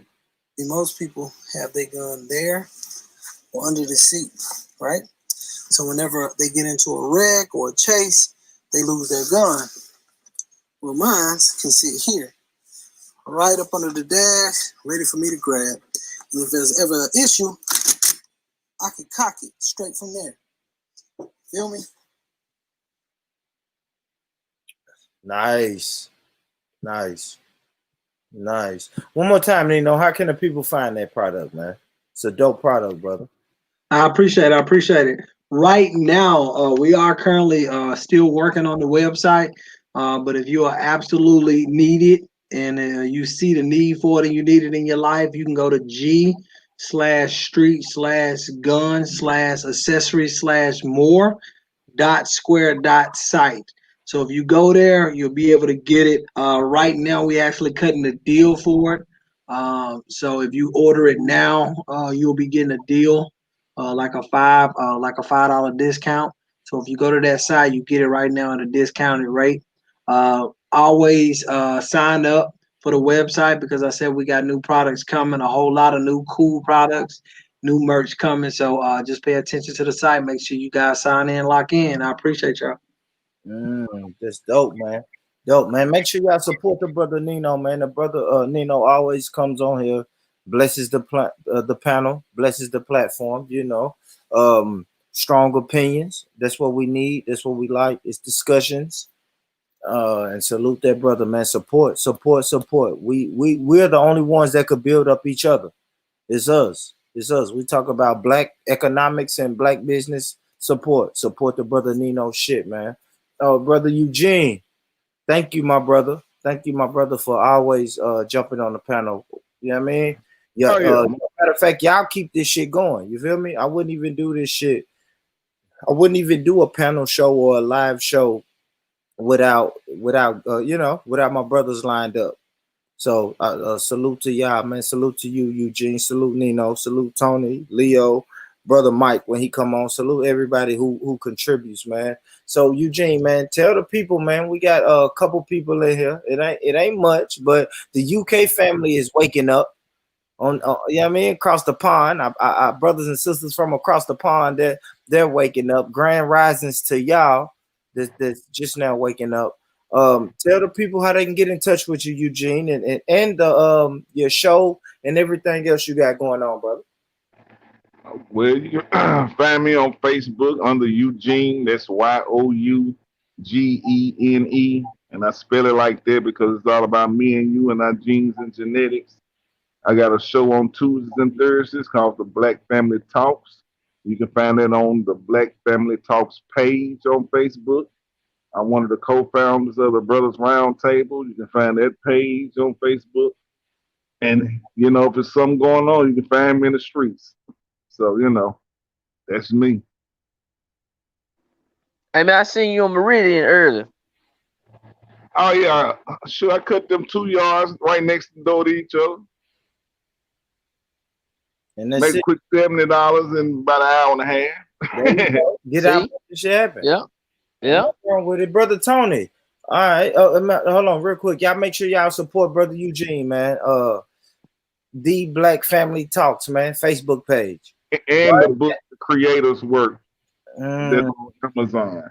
Man, I wish y'all would, because we're on YouTube only, Eugene, Nino, and Tony. Man, I wish y'all would, subscribe to the page. I know Nino's he's already in there, but I think y'all are moderators. If y'all jump on the YouTube, I can make y'all moderators and y'all can put the shit in the comments, the links.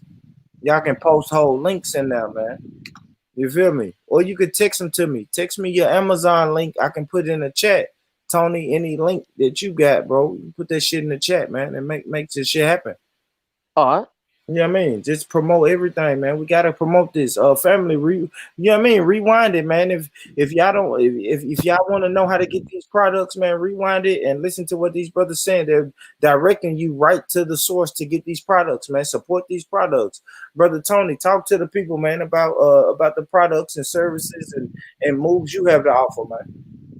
Man, if you trying to start a t-shirt business, a clothing line, or anything around t-shirts, man, hit me up. And there it is, man. The t-shirt grind. The t-shirt grind never stops, man. Listen, family. Thank y'all for tuning in, man. Thanks for the support, the comments, the likes, shit, just the views, you know, just for putting your eyes on here and listening to a couple brothers. Nino, real quick. Yeah, there we go. But yeah, just thank y'all for putting your ears and your eyes on this channel and supporting and listening to it, you know, couple brothers from the dirty, man. And we may have different perspectives, but I think we all have the same goal. You feel me? It's just different routes and different ways to get to the same goal, man. But I really appreciate these brothers, man. These brothers, I can depend on them when I really want to get some shit started, some shit started and get some shit going and have a conversation. So I really appreciate these brothers. I appreciate you for tuning in, man. Appreciate y'all. Salute, man. You didn't have to tune in, but I really appreciate y'all, man. As you can see the ticker, it's been scrolling across the bottom of this fucking screen all day, man. You tripping if you ain't read any of that, man. So follow me on IG, man. Make sure you like, share, subscribe, all of that good shit. And then make sure, listen, if you like the content that we have, hit the PayPal. You feel me? I mean, we're not begging, we're not doing anything, but it's out there. You know, because the shows could get better, the equipment could get better. And the whole nine, man. So if you want to support, man, make sure you get out and support these brothers. They gave you all the information you need to support their movement, their projects, their fucking their merchandise, everything, man. So support these brothers, support Born Rich Club Films, support the Mr. McGee Show. That's a weekly show that's on Facebook. We coming tomorrow. So the Facebook family, we coming tomorrow. The UK family, we coming again tomorrow. Sister Cola will be in the building. I got a special guest that's coming through. They will be in the building. Y'all make sure y'all tune in. Facebook family. If you're listening to me live right now on YouTube and you have a Facebook page, go in that search box and search the Mr. McGee Show. You don't even have to put Mr. MR period McGee MCGEE Show. Bam. Make sure you support that, man. I may only do that on Facebook tomorrow. I don't know. So YouTube family, make sure you get over there and subscribe to the Facebook because it may be Facebook exclusive. Brothers, like I said, man, brothers on the panel. If you're not subscribed, because I know I fuck with all y'all on Facebook. If you're not subscribed to the YouTube, man, find it.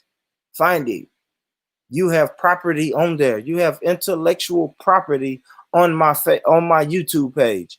I encourage you to find it and subscribe to it. Because when the white folks come and I go Hollywood, I am going to own your whatever y'all said tonight. So Hi, Emmanuel Hudson. Nah, I'm bullshit, man. But salute to y'all, man. Salute to my brothers, man. Salute to everybody listening, man. Until next time, man. Listen, if no one's told you today that they love you, I want to be the first one to say that I love you. I love you. I love you. I'm out of here. Peace.